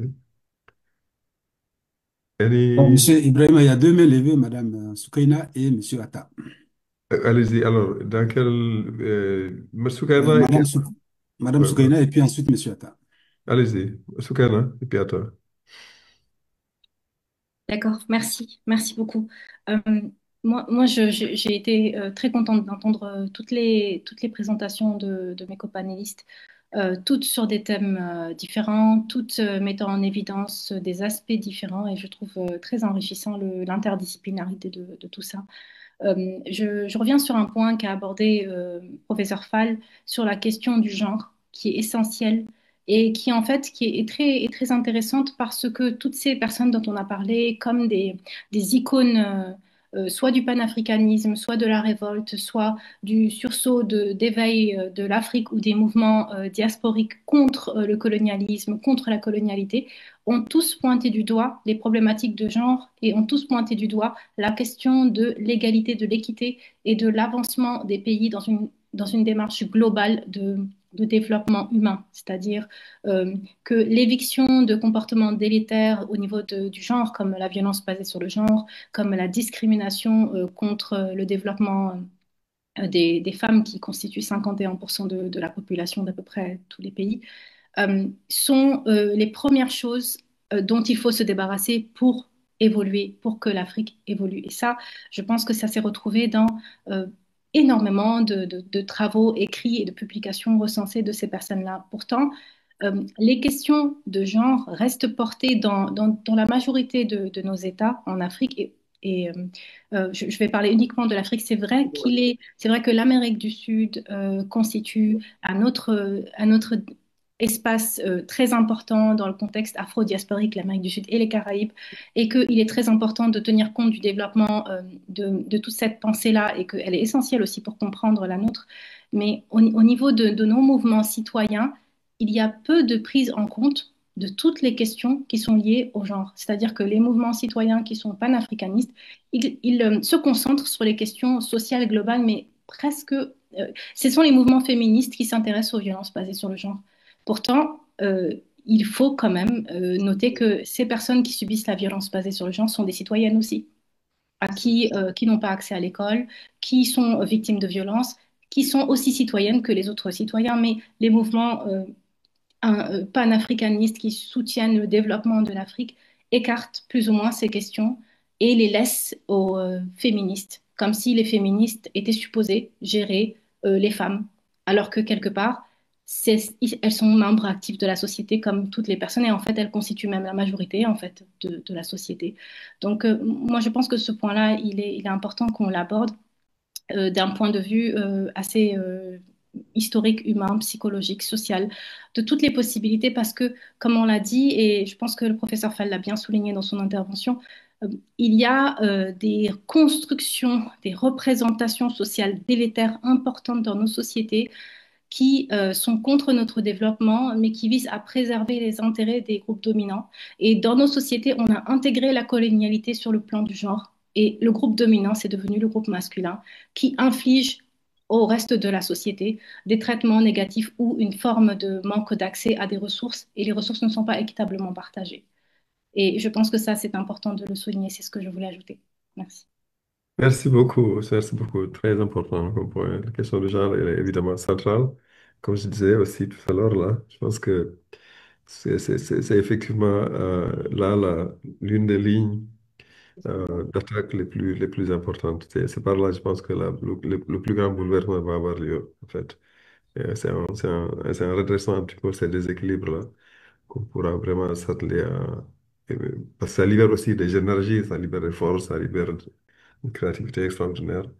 Et c'est avec ça qu'on va pouvoir avancer, quoi. Donc, merci encore. Alors, monsieur Atta, votre micro est Oui, fermé. Oui, allez-y, allez-y. oui, oui. Alors, je vous remercie de me donner encore la parole. Et comme je le disais tantôt dans ma première intervention, c'est que pour répondre à la question de savoir ce que fait l'Afrique, hein, pour faire de ses prédictions une réalité, j'entendais mettre en avant trois axes, à savoir l'éducation, la paix, l'entente, la cohésion et la solidarité entre les Africains. Et puis un troisième axe, à savoir l'investissement, hein, de la société civile africaine dans les instances internationales. Mais les brillantes interventions, hein, de chacun des panélistes a quasiment épuisé le sujet, donc il est inutile d'y revenir. Alors donc, je vais simplement me contenter de partager avec vous une pensée d'un grand homme, sur notamment la question de l'éducation. Alors, puisque nous sommes dans les prédictions et que notre aîné Marifal a fondé cette causerie sur une prédiction, j'aimerais apporter une réponse par une prédiction également. Une prédiction faite par un grand homme de mon pays. C'est un homme controversé parce qu'une partie de l'histoire le dépeint comme un collabo, mais je le décrirai comme un visionnaire mal compris. Il s'agit en l'occurrence de celui que l'on appelle le père de la nation ivoirienne, Félix Houphouët-Boigny. Houphouët disait à l'époque, face à Mitterrand et face à une jeunesse africaine, Houphouët disait ceci, et je cite mot pour mot. Du jour au lendemain, le prix de nos matières premières qui alimentent notre budget et sur lequel nous comptons pour améliorer notre niveau de vie et notre cadre de vie a baissé de plus de la moitié. Dans les pays développés, si vous arrivez de subir une telle diminution, est-ce que vous mesurez la tempête de protestation, voire de révolte qui menacerait vos régimes? Mais nous sommes obligés d'accepter, car nous ne pouvons rien faire. Car nous ne pouvons rien faire. Voici un thème fort. Et il continue pour dire, mais un jour viendra. On ne juge pas au départ la course, c'est à l'arrivée. Comme personne n'est encore arrivé, nous avons notre place dans la course. Nous devons nous armer suffisamment de patience et de foi. Il faut travailler, mes frères africains. Il faut produire davantage. Il faut amener petit à petit votre jeunesse à la science, à l'informatique. Demain, ils doivent transformer les produits. Alors, on parlera d'égal à égal. Un demain que nous souhaitons le plus proche possible. Travaillez, ne pleurez pas. Prenez courage, ça viendra. Vous avez tout pour réussir. Une terre riche, des jeunes intelligents, des intelligences qui seront fécondées avec le concours des autres. Alors, vous pourriez traiter d'égal à égal dans 50 ans, dans 30 ans. Qu'est-ce que 20 ou 30 ans dans la vie d'un peuple? Quand le monde compte des milliards d'existences, nous avons, ou disons, nous aurons des hommes capables de transformer nos matières premières quand ils auront à discuter en ce temps-là du coût de l'acier et non pas du minerai de fer. Alors, on aura un langage qui sera compris, le langage de l'intérêt commun.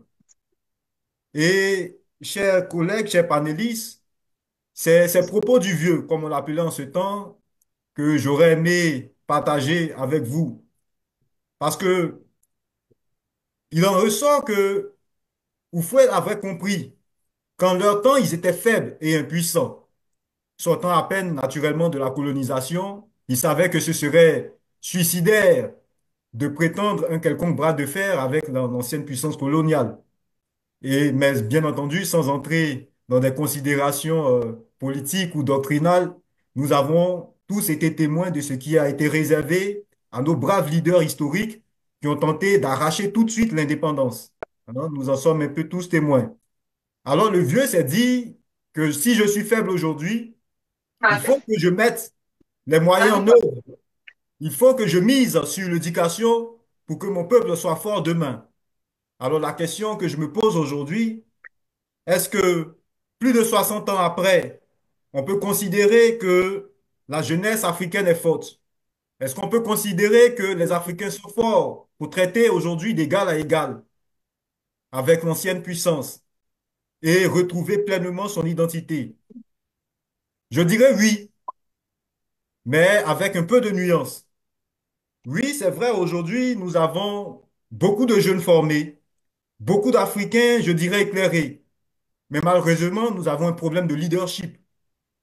Nous avons des leaders avec de grosses têtes, mais de petites personnes et de petites personnalités.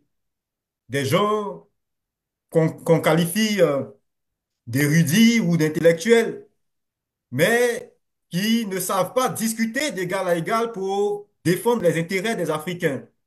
Voici l'un des les gros problèmes de l'Afrique.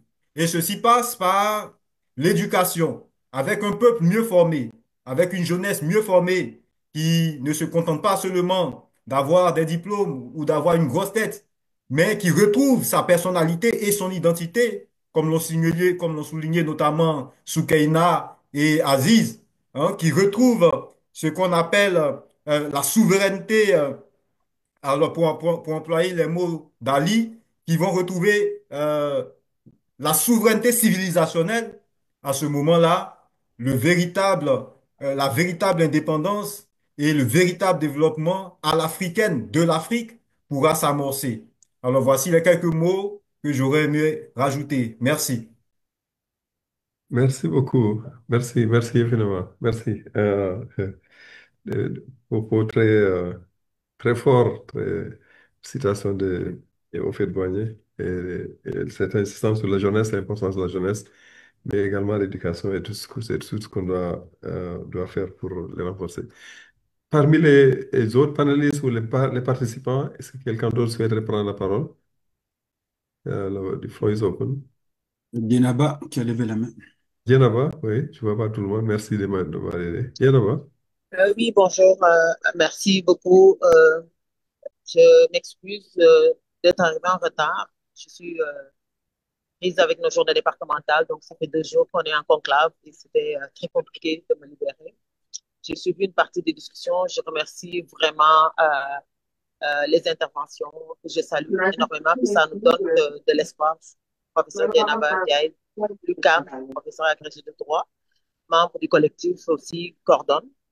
Je voulais, avant d'apporter ma petite contribution, juste prendre le temps de remercier, parce qu'on le fait peut-être pas souvent, de remercier Madame Ndeye Marifal.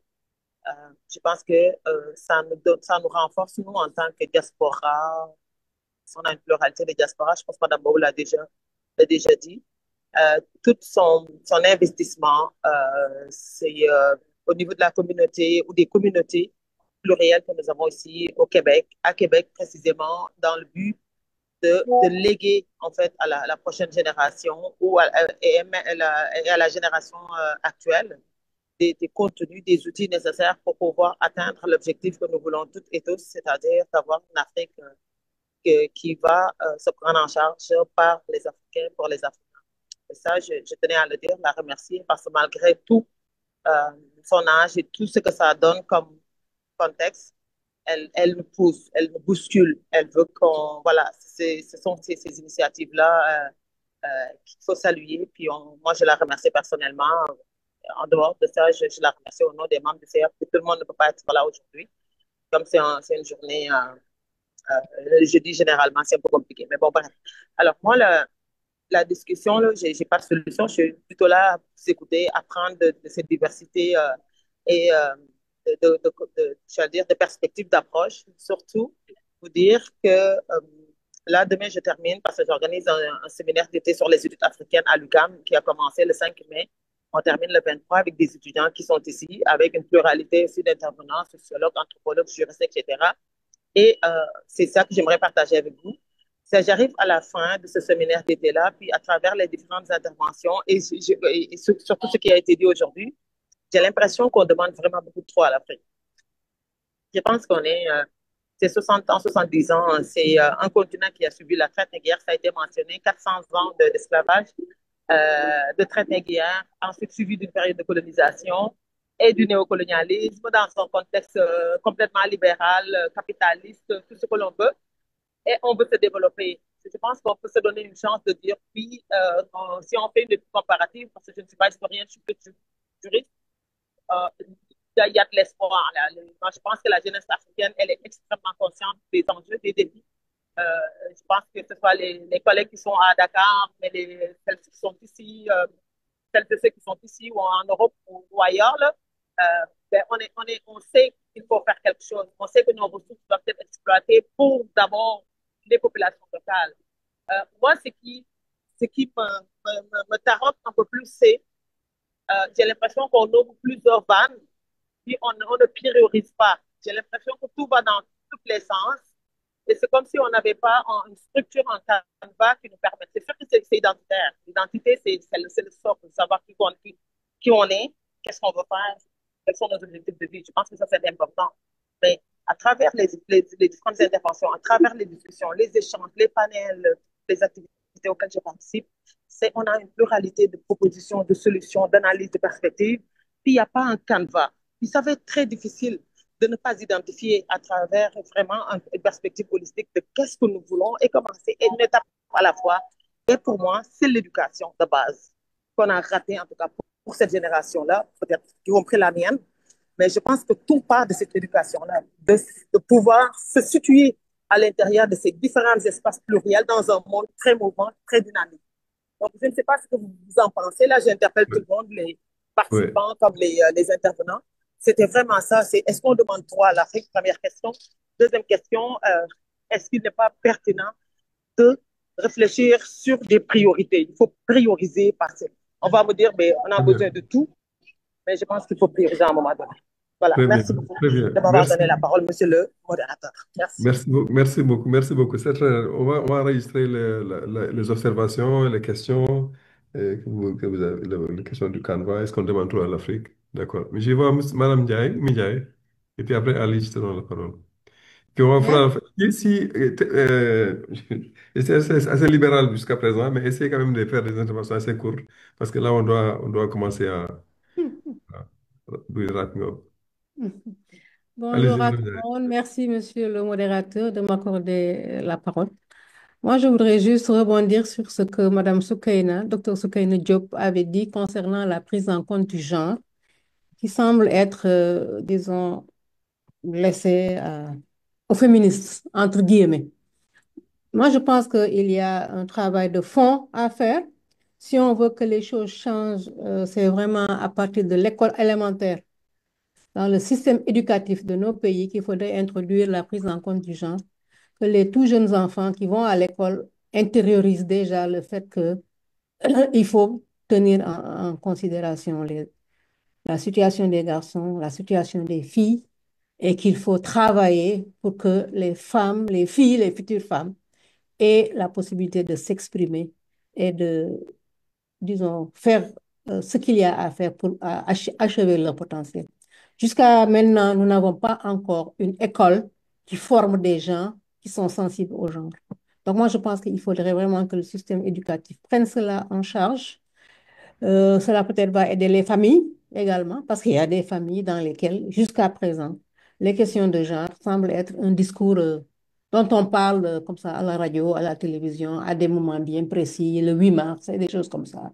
Mais après, on a fini avec ça. Donc, je pense qu'il faut vraiment incruster cela dans la formation des citoyens. Et je ne connais pas de meilleure façon de le faire qu'à travers le système éducatif. Merci. Très bien, merci beaucoup. Ali, je vais te donner la parole et je pense qu'on va reprendre donc le fil des intervenants. Chacun, vous avez, tu en profites pour 1 minute pour, je sais pas ce que tu comptais dire, mais après, tu prends une deuxième minute pour conclure. En fait, quelles sont tes réflexions après avoir entendu les autres? Et après, on fait le tour des intervenants. Chacun prend 1 minute, comme ça, on ne prendra pas trop de temps. Et après, c'est une conversation. Ça, c'est un début. Enfin, c'est pas un début. La conversation va commencer ailleurs. Mais on aura certainement d'autres occasions pour continuer la conversation. Comme ça, on ne reste pas trop longtemps sur ce panel-là. Donc, allez, vas-y. D'accord, je vais très vite Toi, tu as répondre. 2 minutes et les autres vont avoir chacun 1 minute. D'accord, très bien. Non, je voulais répondre. Non, je pense qu'il faut qu'on soit exigeant et sévère avec nous-mêmes. On ne va pas se donner des excuses en disant oui, l'Afrique n'a pas eu assez de temps. Non, on avait suffisamment de temps pour changer les choses, on ne l'a pas fait. Et je crois que si on ne fait pas déjà ce constat clair et net par rapport à nos propres défaillances, on ne va pas s'en sortir. Maintenant, qu'est-ce qu'il faut faire? Je crois qu'il faut faire des ruptures. Il y a des ruptures qu'on peut faire tout de suite et des ruptures qui nous demandent de créer l'unité parce que nos ennemis ne nous laisseront pas faire. Mais les ruptures qu'on peut faire, les ruptures au niveau de l'éducation, personne ne viendra nous envahir parce qu'on a changé le curricula de nos universités ou de nos écoles primaires ou euh, des ruptures sur, par exemple, le politique. Euh, bon, on est en train de faire partout des révisions constitutionnelles. Pourquoi on ne s'assoit pas sérieusement et on ne sait pas quels sont les systèmes de gouvernance qu'on avait et essayer de comment on peut le moderniser, le revaloriser au lieu d'essayer d'africaniser des constitutions emportées qui ne marchent même pas là où ils ont été nés. Donc, il y a comme ça, oui, des priorités, mais il y a des étapes. Et ce travail, ce n'est pas le travail seulement des gouvernants, des dirigeants avec tous les défauts qu'on peut leur reprocher, c'est le travail de tout le monde. Les enseignants doivent travailler, les chercheurs doivent travailler, les professionnels doivent travailler. Et c'est pour ça que je pense qu'il faut dans un pays, par exemple, pour commencer, c'est dire on va commencer à faire des ruptures. Il faut créer un esprit de changement, un esprit de changement révolutionnaire. C'est toujours dans ces moments-là que des choses se fassent. Il faut pas, et il faut aussi que les jeunes, tous les corps, tous les acteurs sociaux sentent qu'on est rentré dans un processus et chacun va y apporter ce ce qu'il a apporté. Mais on ne peut pas faire comme ça, aller, oui, non, je crois que c'est ça qui ne marche pas. Et pour pouvoir nous défendre au niveau, par exemple, quand on va arriver à vraie rupture économique, là, il faut créer des confédérations, il faut créer l'unité africaine. Et en faisant des confédérations comme celle qui a été créée avec l'Alliance des pays du Sahel, moi je suis de la Corne de l'Afrique, ça fait depuis des décennies que je milite pour une confédération de la Corne de l'Afrique. C'est aussi en créant des grands groupes comme ça jusqu'à ce qu'on arrive à l'unité qu'on peut se défendre contre les intimidations de ceux pour lesquels on n'a pas encore le rapport de force nécessaire de les affronter tout seuls. Donc voilà, je pense que c'est cet élan, c'est ce processus révolutionnaire dans lequel on doit s'engager si on veut faire des ruptures. Voilà, c'est ce que je voulais dire. Merci beaucoup. Merci infiniment, Ali. Et Madame Badio, une minute pour nous dire quelles sont vos réflexions finales. On ne vous entend pas. Votre micro est fermé. Il faut ouvrir votre micro. Votre micro est fermé.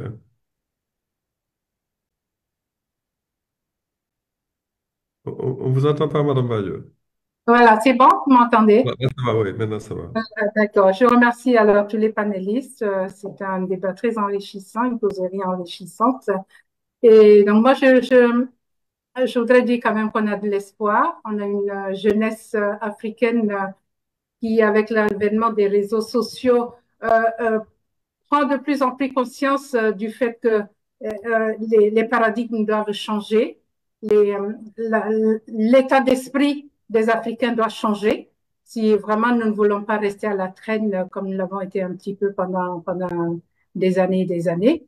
Et donc, vraiment, je reste confiante en cette jeunesse et en, en tout le monde pour que cette Afrique-là qui reste dans ce dynamisme de changement irréversible, hein, c'est un dynamisme qui est irréversible et qui va certainement prendre du temps hein, pour se réaliser, mais qui va certainement aboutir tôt ou tard à une Afrique que nous voulons meilleure et beaucoup plus grande et plus enfin, qui va imposer le respect donc à travers le monde.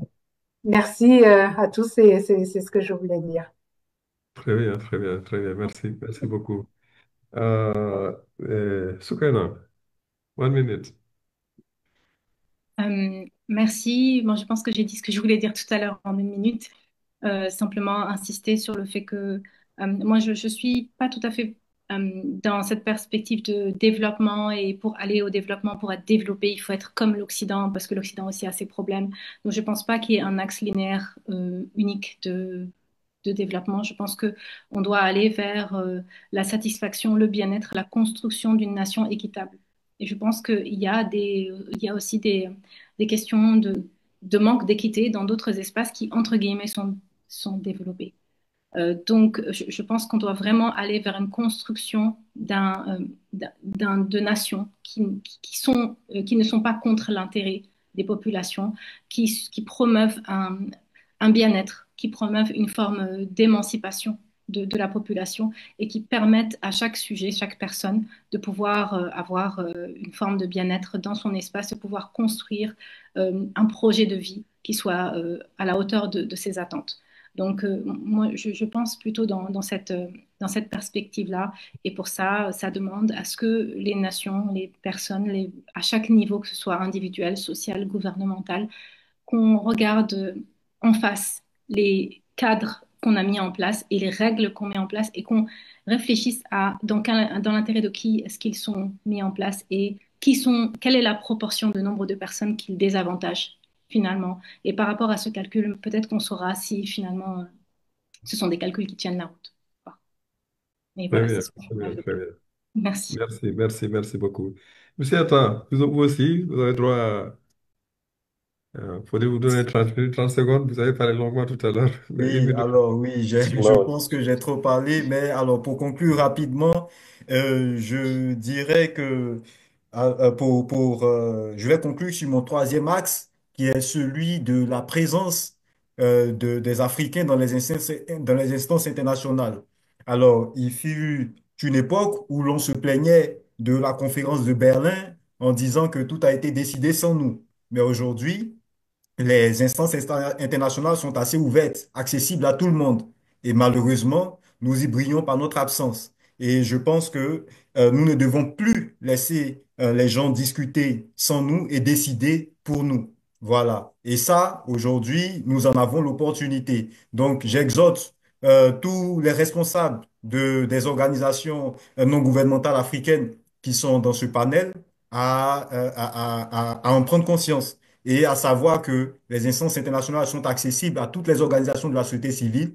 Nous devons y être pour représenter l'Afrique, défendre l'intérêt des Africains, envoyer des inputs, envoyer des contributions. C'est vrai que parfois, on ne peut pas effectuer le déplacement parce que ça coûte un peu cher, mais il y a des moyens d'envoyer des inputs, il y a des moyens de faire de l'advocating, pardon, comment ça s'appelle en français, du Plaidoyer. plaidoyer. Voilà. Et donc, tous ces outils, il faut les utiliser. Il faut mobiliser la présence de l'Afrique à l'international. C'est sur ça que je vais conclure. Merci beaucoup à tous. Très Merci bien. à Marie-Fall. Merci à Ibrahima pour cette belle coordination. Merci, merci et bonne Merci. soirée et au revoir. Merci à Merci. vous aussi. Merci à vous aussi. Juste rappeler qu'il y a quand même tout un débat sur la réforme nécessaire de ce système international qui est alambiqué et complètement dépassé, quoi. Enfin bon, mais c'est tout D'accord. un débat. OK. Aziz, tu as le dernier mot. non, non, enfin, j'oserais pas dire le dernier mot. Écoutez, vous savez, les instruments de régulation internationale dont Jean-Michel vient de parler sont complètement gangrénés, ont été conçus par d'autres, souvent contre nos intérêts.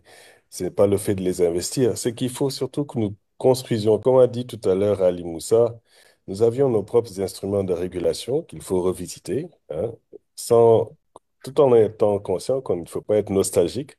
On peut faire une grande critique de la modernité. Nous avons été en fait modernes avant les autres sociétés. C'est juste que nous n'étions pas séparés de la métaphysique. Donc les Africains doivent, et c'est un peu le débat que Djenaba pose, il y a une urgence dans un ordre du monde qui veut l'Afrique sans les Africains, l'Afrique des ressources. Donc si on dort au gaz, ben, on aura tout simplement la perpétuation, ce sera plus de la colonialité, ce sera une recolonisation. Donc, il y a une urgence. Nous avons eu le plan de Lagos, nous avons un plan incantatoire, qui est le plan très, très mauvais, qu'on appelle l'agenda 2063. Il nous faut que nous soyons organisés, parce qu'elle aurait raison s'il y a une dispersion des itinéraires et des tentatives, mais il y a une capacité de pouvoir faire un grand effort synergique et de mettre la capacité de l'audace dont Ali vient de parler, qui est effectivement une certaine radicalité. Et cette radicalité, malheureusement, contrairement à l'espoir qui est confié aux jeunes, que j'entends souvent, je ne vois pas, je ne vois contrairement pas à ce qui est énoncé dans cet optimisme souvent impénitent qu'on prête effectivement, qui est un trait de notre culture, à cette jeunesse. Une jeunesse qui n'est pas armée de science ne sera pas capable de s'organiser. Or, nous avons subi une trentaine, pour ne pas dire une quarantaine d'années de dépolitisation et de désaffection du système scientifique et une régression notamment sur cette question de la condition des femmes. Et donc, il y a un immense chantier qui est ouvert et qui doit s'éveiller par à la fois nos efforts. Nous sommes à l'automne de nos vies et souvent, il va falloir refaire des choses que nous avons eu à refaire, que ce soit sur la question du racisme, que ce soit la question d'un nouvel ordre économique international, que ce soit sur développer une autre option que le simple développement. Moi, je propose un système basé sur l'équilibre, donc retrouver notre vitalité africaine pour un autre mode de consommation, mais une conception du bonheur qui serait la nôtre, ce qu'on appelle des équivalents homéomorphes. Les conceptions chinoises et indiennes sont différentes de celles occidentales. Pouvons-nous exprimer nos propres conceptions? Et pour ça, il faut bien se rendre compte que l'effort qui est demandé à nos générations, même si nous, Africains, avons le temps long, il y a une urgence.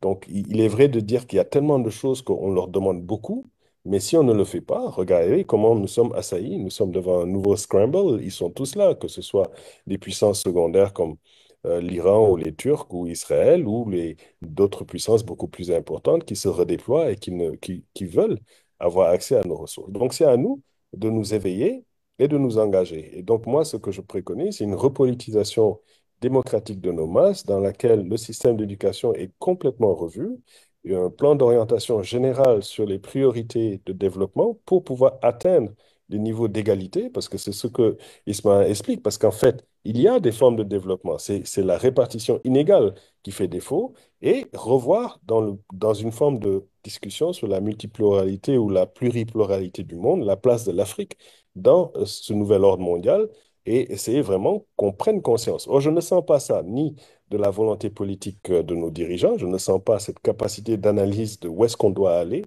Je ne vois pas cela, notamment au sein de l'Union africaine, dans la Commission. C'est vrai qu'elle est en réforme, mais je ne sens pas vraiment cette aptitude stratégique à comprendre l'urgence et la rapidité avec laquelle il faut réagir face à la Chine, face aux États-Unis ou face à l'Europe. Et donc, je ne sais pas, c'est pas que je sois pessimiste, c'est que je vois en tout cas une ampleur de choses. Et je rappelle que tout ce qui avait été dit dans le film Africom Go Home vient de s'avérer. Et pourtant, on est à 15 ans. Ce djihadisme, nous l'avons prédit, nous l'avons bien démontré, et il est là, il est à nos portes, il gangrène nos sociétés. La régression sur la condition des femmes, c'est une réalité patente. Donc, vraiment, sans être long et sans vouloir abuser de la chance que nous avons de dire ce dernier mot, c'est que cette image caricaturale qui montre l'Afrique en éveil avec la Chine et l'Inde, j'aurai la grande opportunité d'en parler à Colombo pour les 70 ans du non-alignement. Donc, c'est au Sri Lanka. Et figurez-vous, et n'oubliez jamais que ceux qui ont fait le non-alignement, ce n'était pas une forme de neutralisme. C'était en principe un alignement contre l'impérialisme. Et donc, ce nouvel ordre mondial des non-alignés dans lequel l'Afrique participe, ça doit faire partie d'un nouvel alignement contre l'impérialisme. Et ça, c'est vraiment tous les Africains qui doivent se mettre dessus.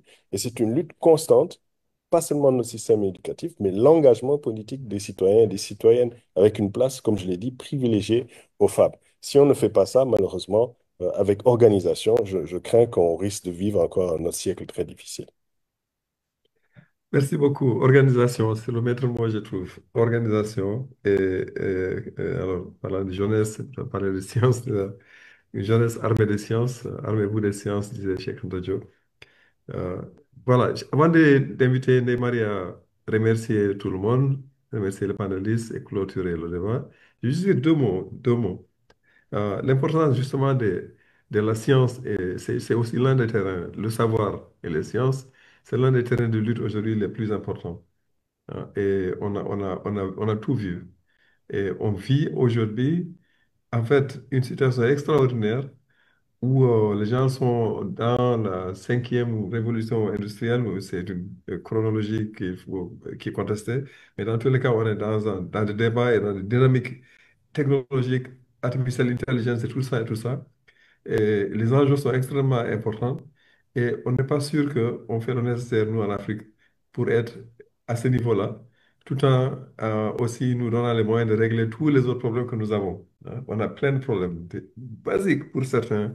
Et on a encore les problèmes de survie, sécurité, sécurité humaine, alimentaire, euh, problèmes de gouvernance impossibles. Hein. Et donc plein de problèmes d'accès à l'énergie, à l'électricité, 600 millions de personnes encore privées d'accès à l'électricité qui n'ont pas ça, quoi. Donc on a des problèmes de ce type-là. En même temps aussi, on est obligé d'être là où ça se débat, là où les parents s'émènent aujourd'hui, sur les plans les plus avancés, les plus pointus de la technologie. Donc, il faut qu'on investisse encore plus dans la science, dans l'éducation, dans l'enseignement supérieur, dans tous les niveaux de l'éducation. Comme ça, c'est souligner ça. Deuxième chose, vraiment, merci à Ndeye-Marie, à tous ceux qui ont pris l'initiative donc, de célébrer le mois de l'Afrique au Québec. Je pense que c'est une des choses qu'il faut faire pour justement souder les relations entre l'Afrique et sa diaspora et faire en sorte que la diaspora soit moins quelque chose qu'on regarde avec un intérêt à peine caché, qu'on les instrumentalise, là, hein, les diasporas. Les ressources qu'ils ont nous intéressent, les compétences qu'ils ont, les compétences nous intéressent, mais on ne s'intéresse pas à ce qui arrive à la diaspora. On ne sait même pas comment elle vit, on ne sait même pas de quoi elle est faite. On n'enseigne pas les questions de la diaspora dans nos universités, dans nos écoles. Donc, il y a vraiment une occasion, je pense, de souder les relations, de faire en sorte que les événements qui se déroulent en continent soient célébrés au niveau de la diaspora, mais également, cette diaspora soit mieux connue. Et diaspora qui contribue au bas mot 100 milliards de dollars par an au niveau du continent, les remises d'argent, là, les envois de fonds, sont estimés à près de 100 milliards par an. Et donc, c'est énorme par rapport à ce que ça contribue. Toutes les populations, toutes les familles que ça fait vivre, bon. Donc, la diaspora et l'Afrique, je crois que c'est important. Et cette initiative-là, j'espère que les années à venir, chaque année, elle sera célébrée d'une manière encore plus créative, plus intéressante. Je vais terminer aussi avec une prédiction, puisqu'on est dans le domaine des prédictions, c'est comme ça qu'on a commencé ce panel. Amata Aïdo, c'est une écrivaine ghanéenne qui est décédée il y a 2 ans, en 2023. Amata Aïdo, il y a presque 30 ans, a écrit en 1990, et maintenant, ça fait 30 ans, n'est-ce pas? Et a écrit un roman dans lequel elle parle donc d'une femme, d'une fédération des États d'Afrique, présidée par une femme. Hein. Et c'était une prédiction, on avait demandé aux gens de dire comment ils voyaient l'avenir, et puis quelqu'un a trouvé cette formule-là. En fait, l'avenir de l'Afrique, ce serait un État fédéral de l'Afrique présidé par une femme, mais qui était tellement forte, et tellement puissante, qu'on disait que non, non, on n'appelait pas une queen, comme en anglais, on disait que c'était a shaking, une roi femme, quoi, en quelque sorte. Mais cette idée d'une Afrique unie, très forte, présidée par une femme, pose toute la problématique du genre dont on a parlé, que Soukan a soulevé, d'autres ont soulevé, Aziz. Et je pense que ça ramène avec cette question fondamentale de cet avenir qui sera bien plus radieux si on règle certaines contradictions de base que nous traînons avec nous pendant très longtemps. Et l'une de ces grandes contradictions, c'est celle du genre. Je pense qu'il faudrait remettre les femmes au centre. Et Amara Aïdou a écrit, donc il y a plus de 30 ans, que l'avenir de l'Afrique, c'est cet État fédéral et qui est fondé sur des bases complètement nouvelles et qui sera dirigé aussi par donc, des femmes, et femmes qui sont tellement puissantes que on ne les imagine même pas comme femmes, quoi. En fait, au fond, une manière de poser les problèmes. Donc voilà, merci encore à Ndeye-Marie de m'avoir donné l'occasion dans cette conversation. Et c'est un honneur pour moi d'avoir eu des panélistes aussi brillants et un public aussi important. J'en profite pour saluer mes collègues qui sont sur le panel. Je vois Aïta, Abda et tout le monde, Youssouf. Et je vois mon frère Yaya qui est au Québec aussi, un écrivain. Mais merci encore une fois pour cette opportunité. Merci à tous les panélistes. Mais je te laisse la parole, Ndeye-Marie, pour vous dire comment tu as ressenti tout ça aussi. Merci infiniment, Ibrahima. Je suis comblée. Heureusement que tu as pu prendre tout ça en main. Je pense que la diversité et la pluralité de notre arbre à palabres a donné des fruits parce qu'effectivement, les points de vue ont été divers, mais complémentaires. Donc, je remercie chaque intervenants, intervenantes, comme on dit chez nous, je vous remercie par vos noms et prénoms. Et vraiment, je suis, je répète, comblée. Et je voudrais remercier quelqu'un qui n'a pas vraiment pris la parole, mais qui a été aussi très instrumental. C'est Mbaye Merewai, qui est un collègue et ami originaire du Tchad, mais qui fait partie de cette diaspora à Québec, avec qui je travaille depuis maintenant au moins 2 décennies, qui est un jeune frère, qui effectivement a vu les efforts que nous faisons pour que le mois de mai devienne le mois de l'histoire de l'Afrique et de ses diasporas, qui est le président du COPAC, qui regroupe un certain nombre d'organisations africaines qui sont basées à Québec, et qui a eu cette idée de dire, bon, nous, société civile, pouvons poser des actes. Nous n'avons qu'à faire une célébration, première édition du mois de l'Afrique à Québec.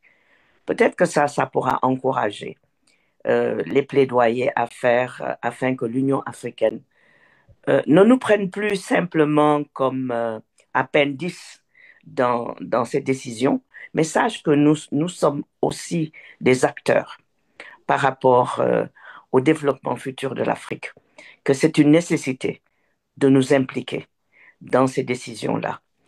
Et cela nous fait donc revenir au truc central de dire nous aimerions que le mois de mai devienne le mois de l'histoire de l'Afrique et de ses diasporas. Et la discussion que nous avons eue aujourd'hui, petite discussion, mais importante, a posé certains jalons par rapport aux différentes nécessités. Et cette vision de cette Afrique que nous aimerions qu'elle comment je vais dire, quel mot juste je pourrais utiliser, qu'elle se réconcilie avec elle-même.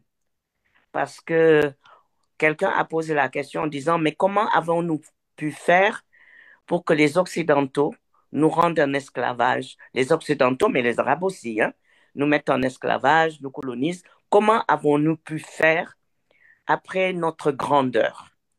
Et donc, il faudrait peut-être que cette Afrique-là se réconcilie avec elle-même. Et pour se réconcilier avec elle-même, je pense qu'elle doit se poser des questions aussi fondamentales et importantes que celles qui ont été posées ici, et plus particulièrement dans le cadre des interventions de Ali. Je crois que Ali a été très courageux par rapport aux questions qu'il faut que nous nous posions. Le fait que non, nous n'avons plus beaucoup de temps. Nous en avons déjà gaspillé trois quarts de siècle. Et donc, nous ne pouvons plus nous permettre de traîner en nous disant, nous avons le temps long. Non, nous n'avons plus le temps long. Notre culture est une culture de temps long, mais vu que nous ne sommes pas seuls au monde, comme toi-même, Ibrahima, tu l'as dit, si nous voulons essayer un rééquilibrage du monde avec nos mots, avec nos narratifs, nous ne pouvons pas ralentir le pas en disant nous avons le temps long. Donc, je remercie toutes celles et ceux qui ont apporté une brique à cette construction qui pourrait nous aider à peut-être aussi aider l'Union africaine dans sa réflexion.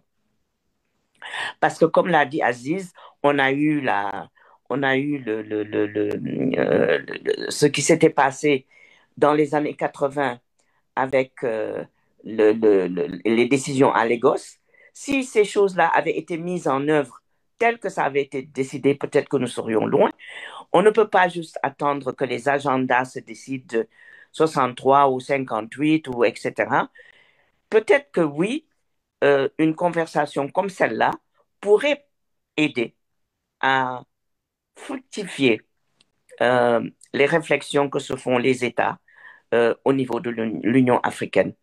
Alors, merci infiniment.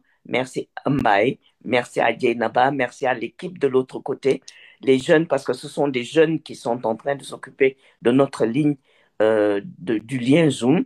Merci à tout le monde. Excellente soirée pour ceux qui sont en soirée et excellente fin de journée pour ceux qui sont en journée comme à Québec. Merci infiniment. Et je vous invite le 26 pour un hommage conjoint pour 2 directeurs généraux de l'UNESCO qui ont laissé une empreinte indélébile sur l'organisation.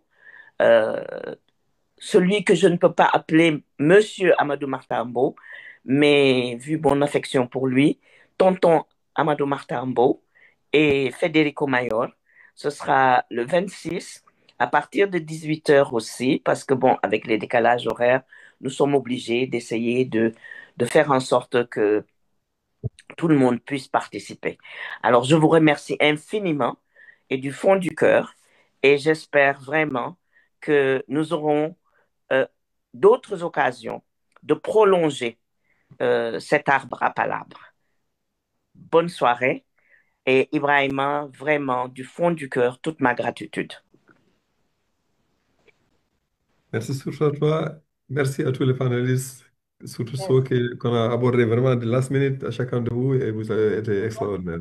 Ouais. Merci. Merci. Bye bye. Bonne continuation. Merci. Bonne soirée.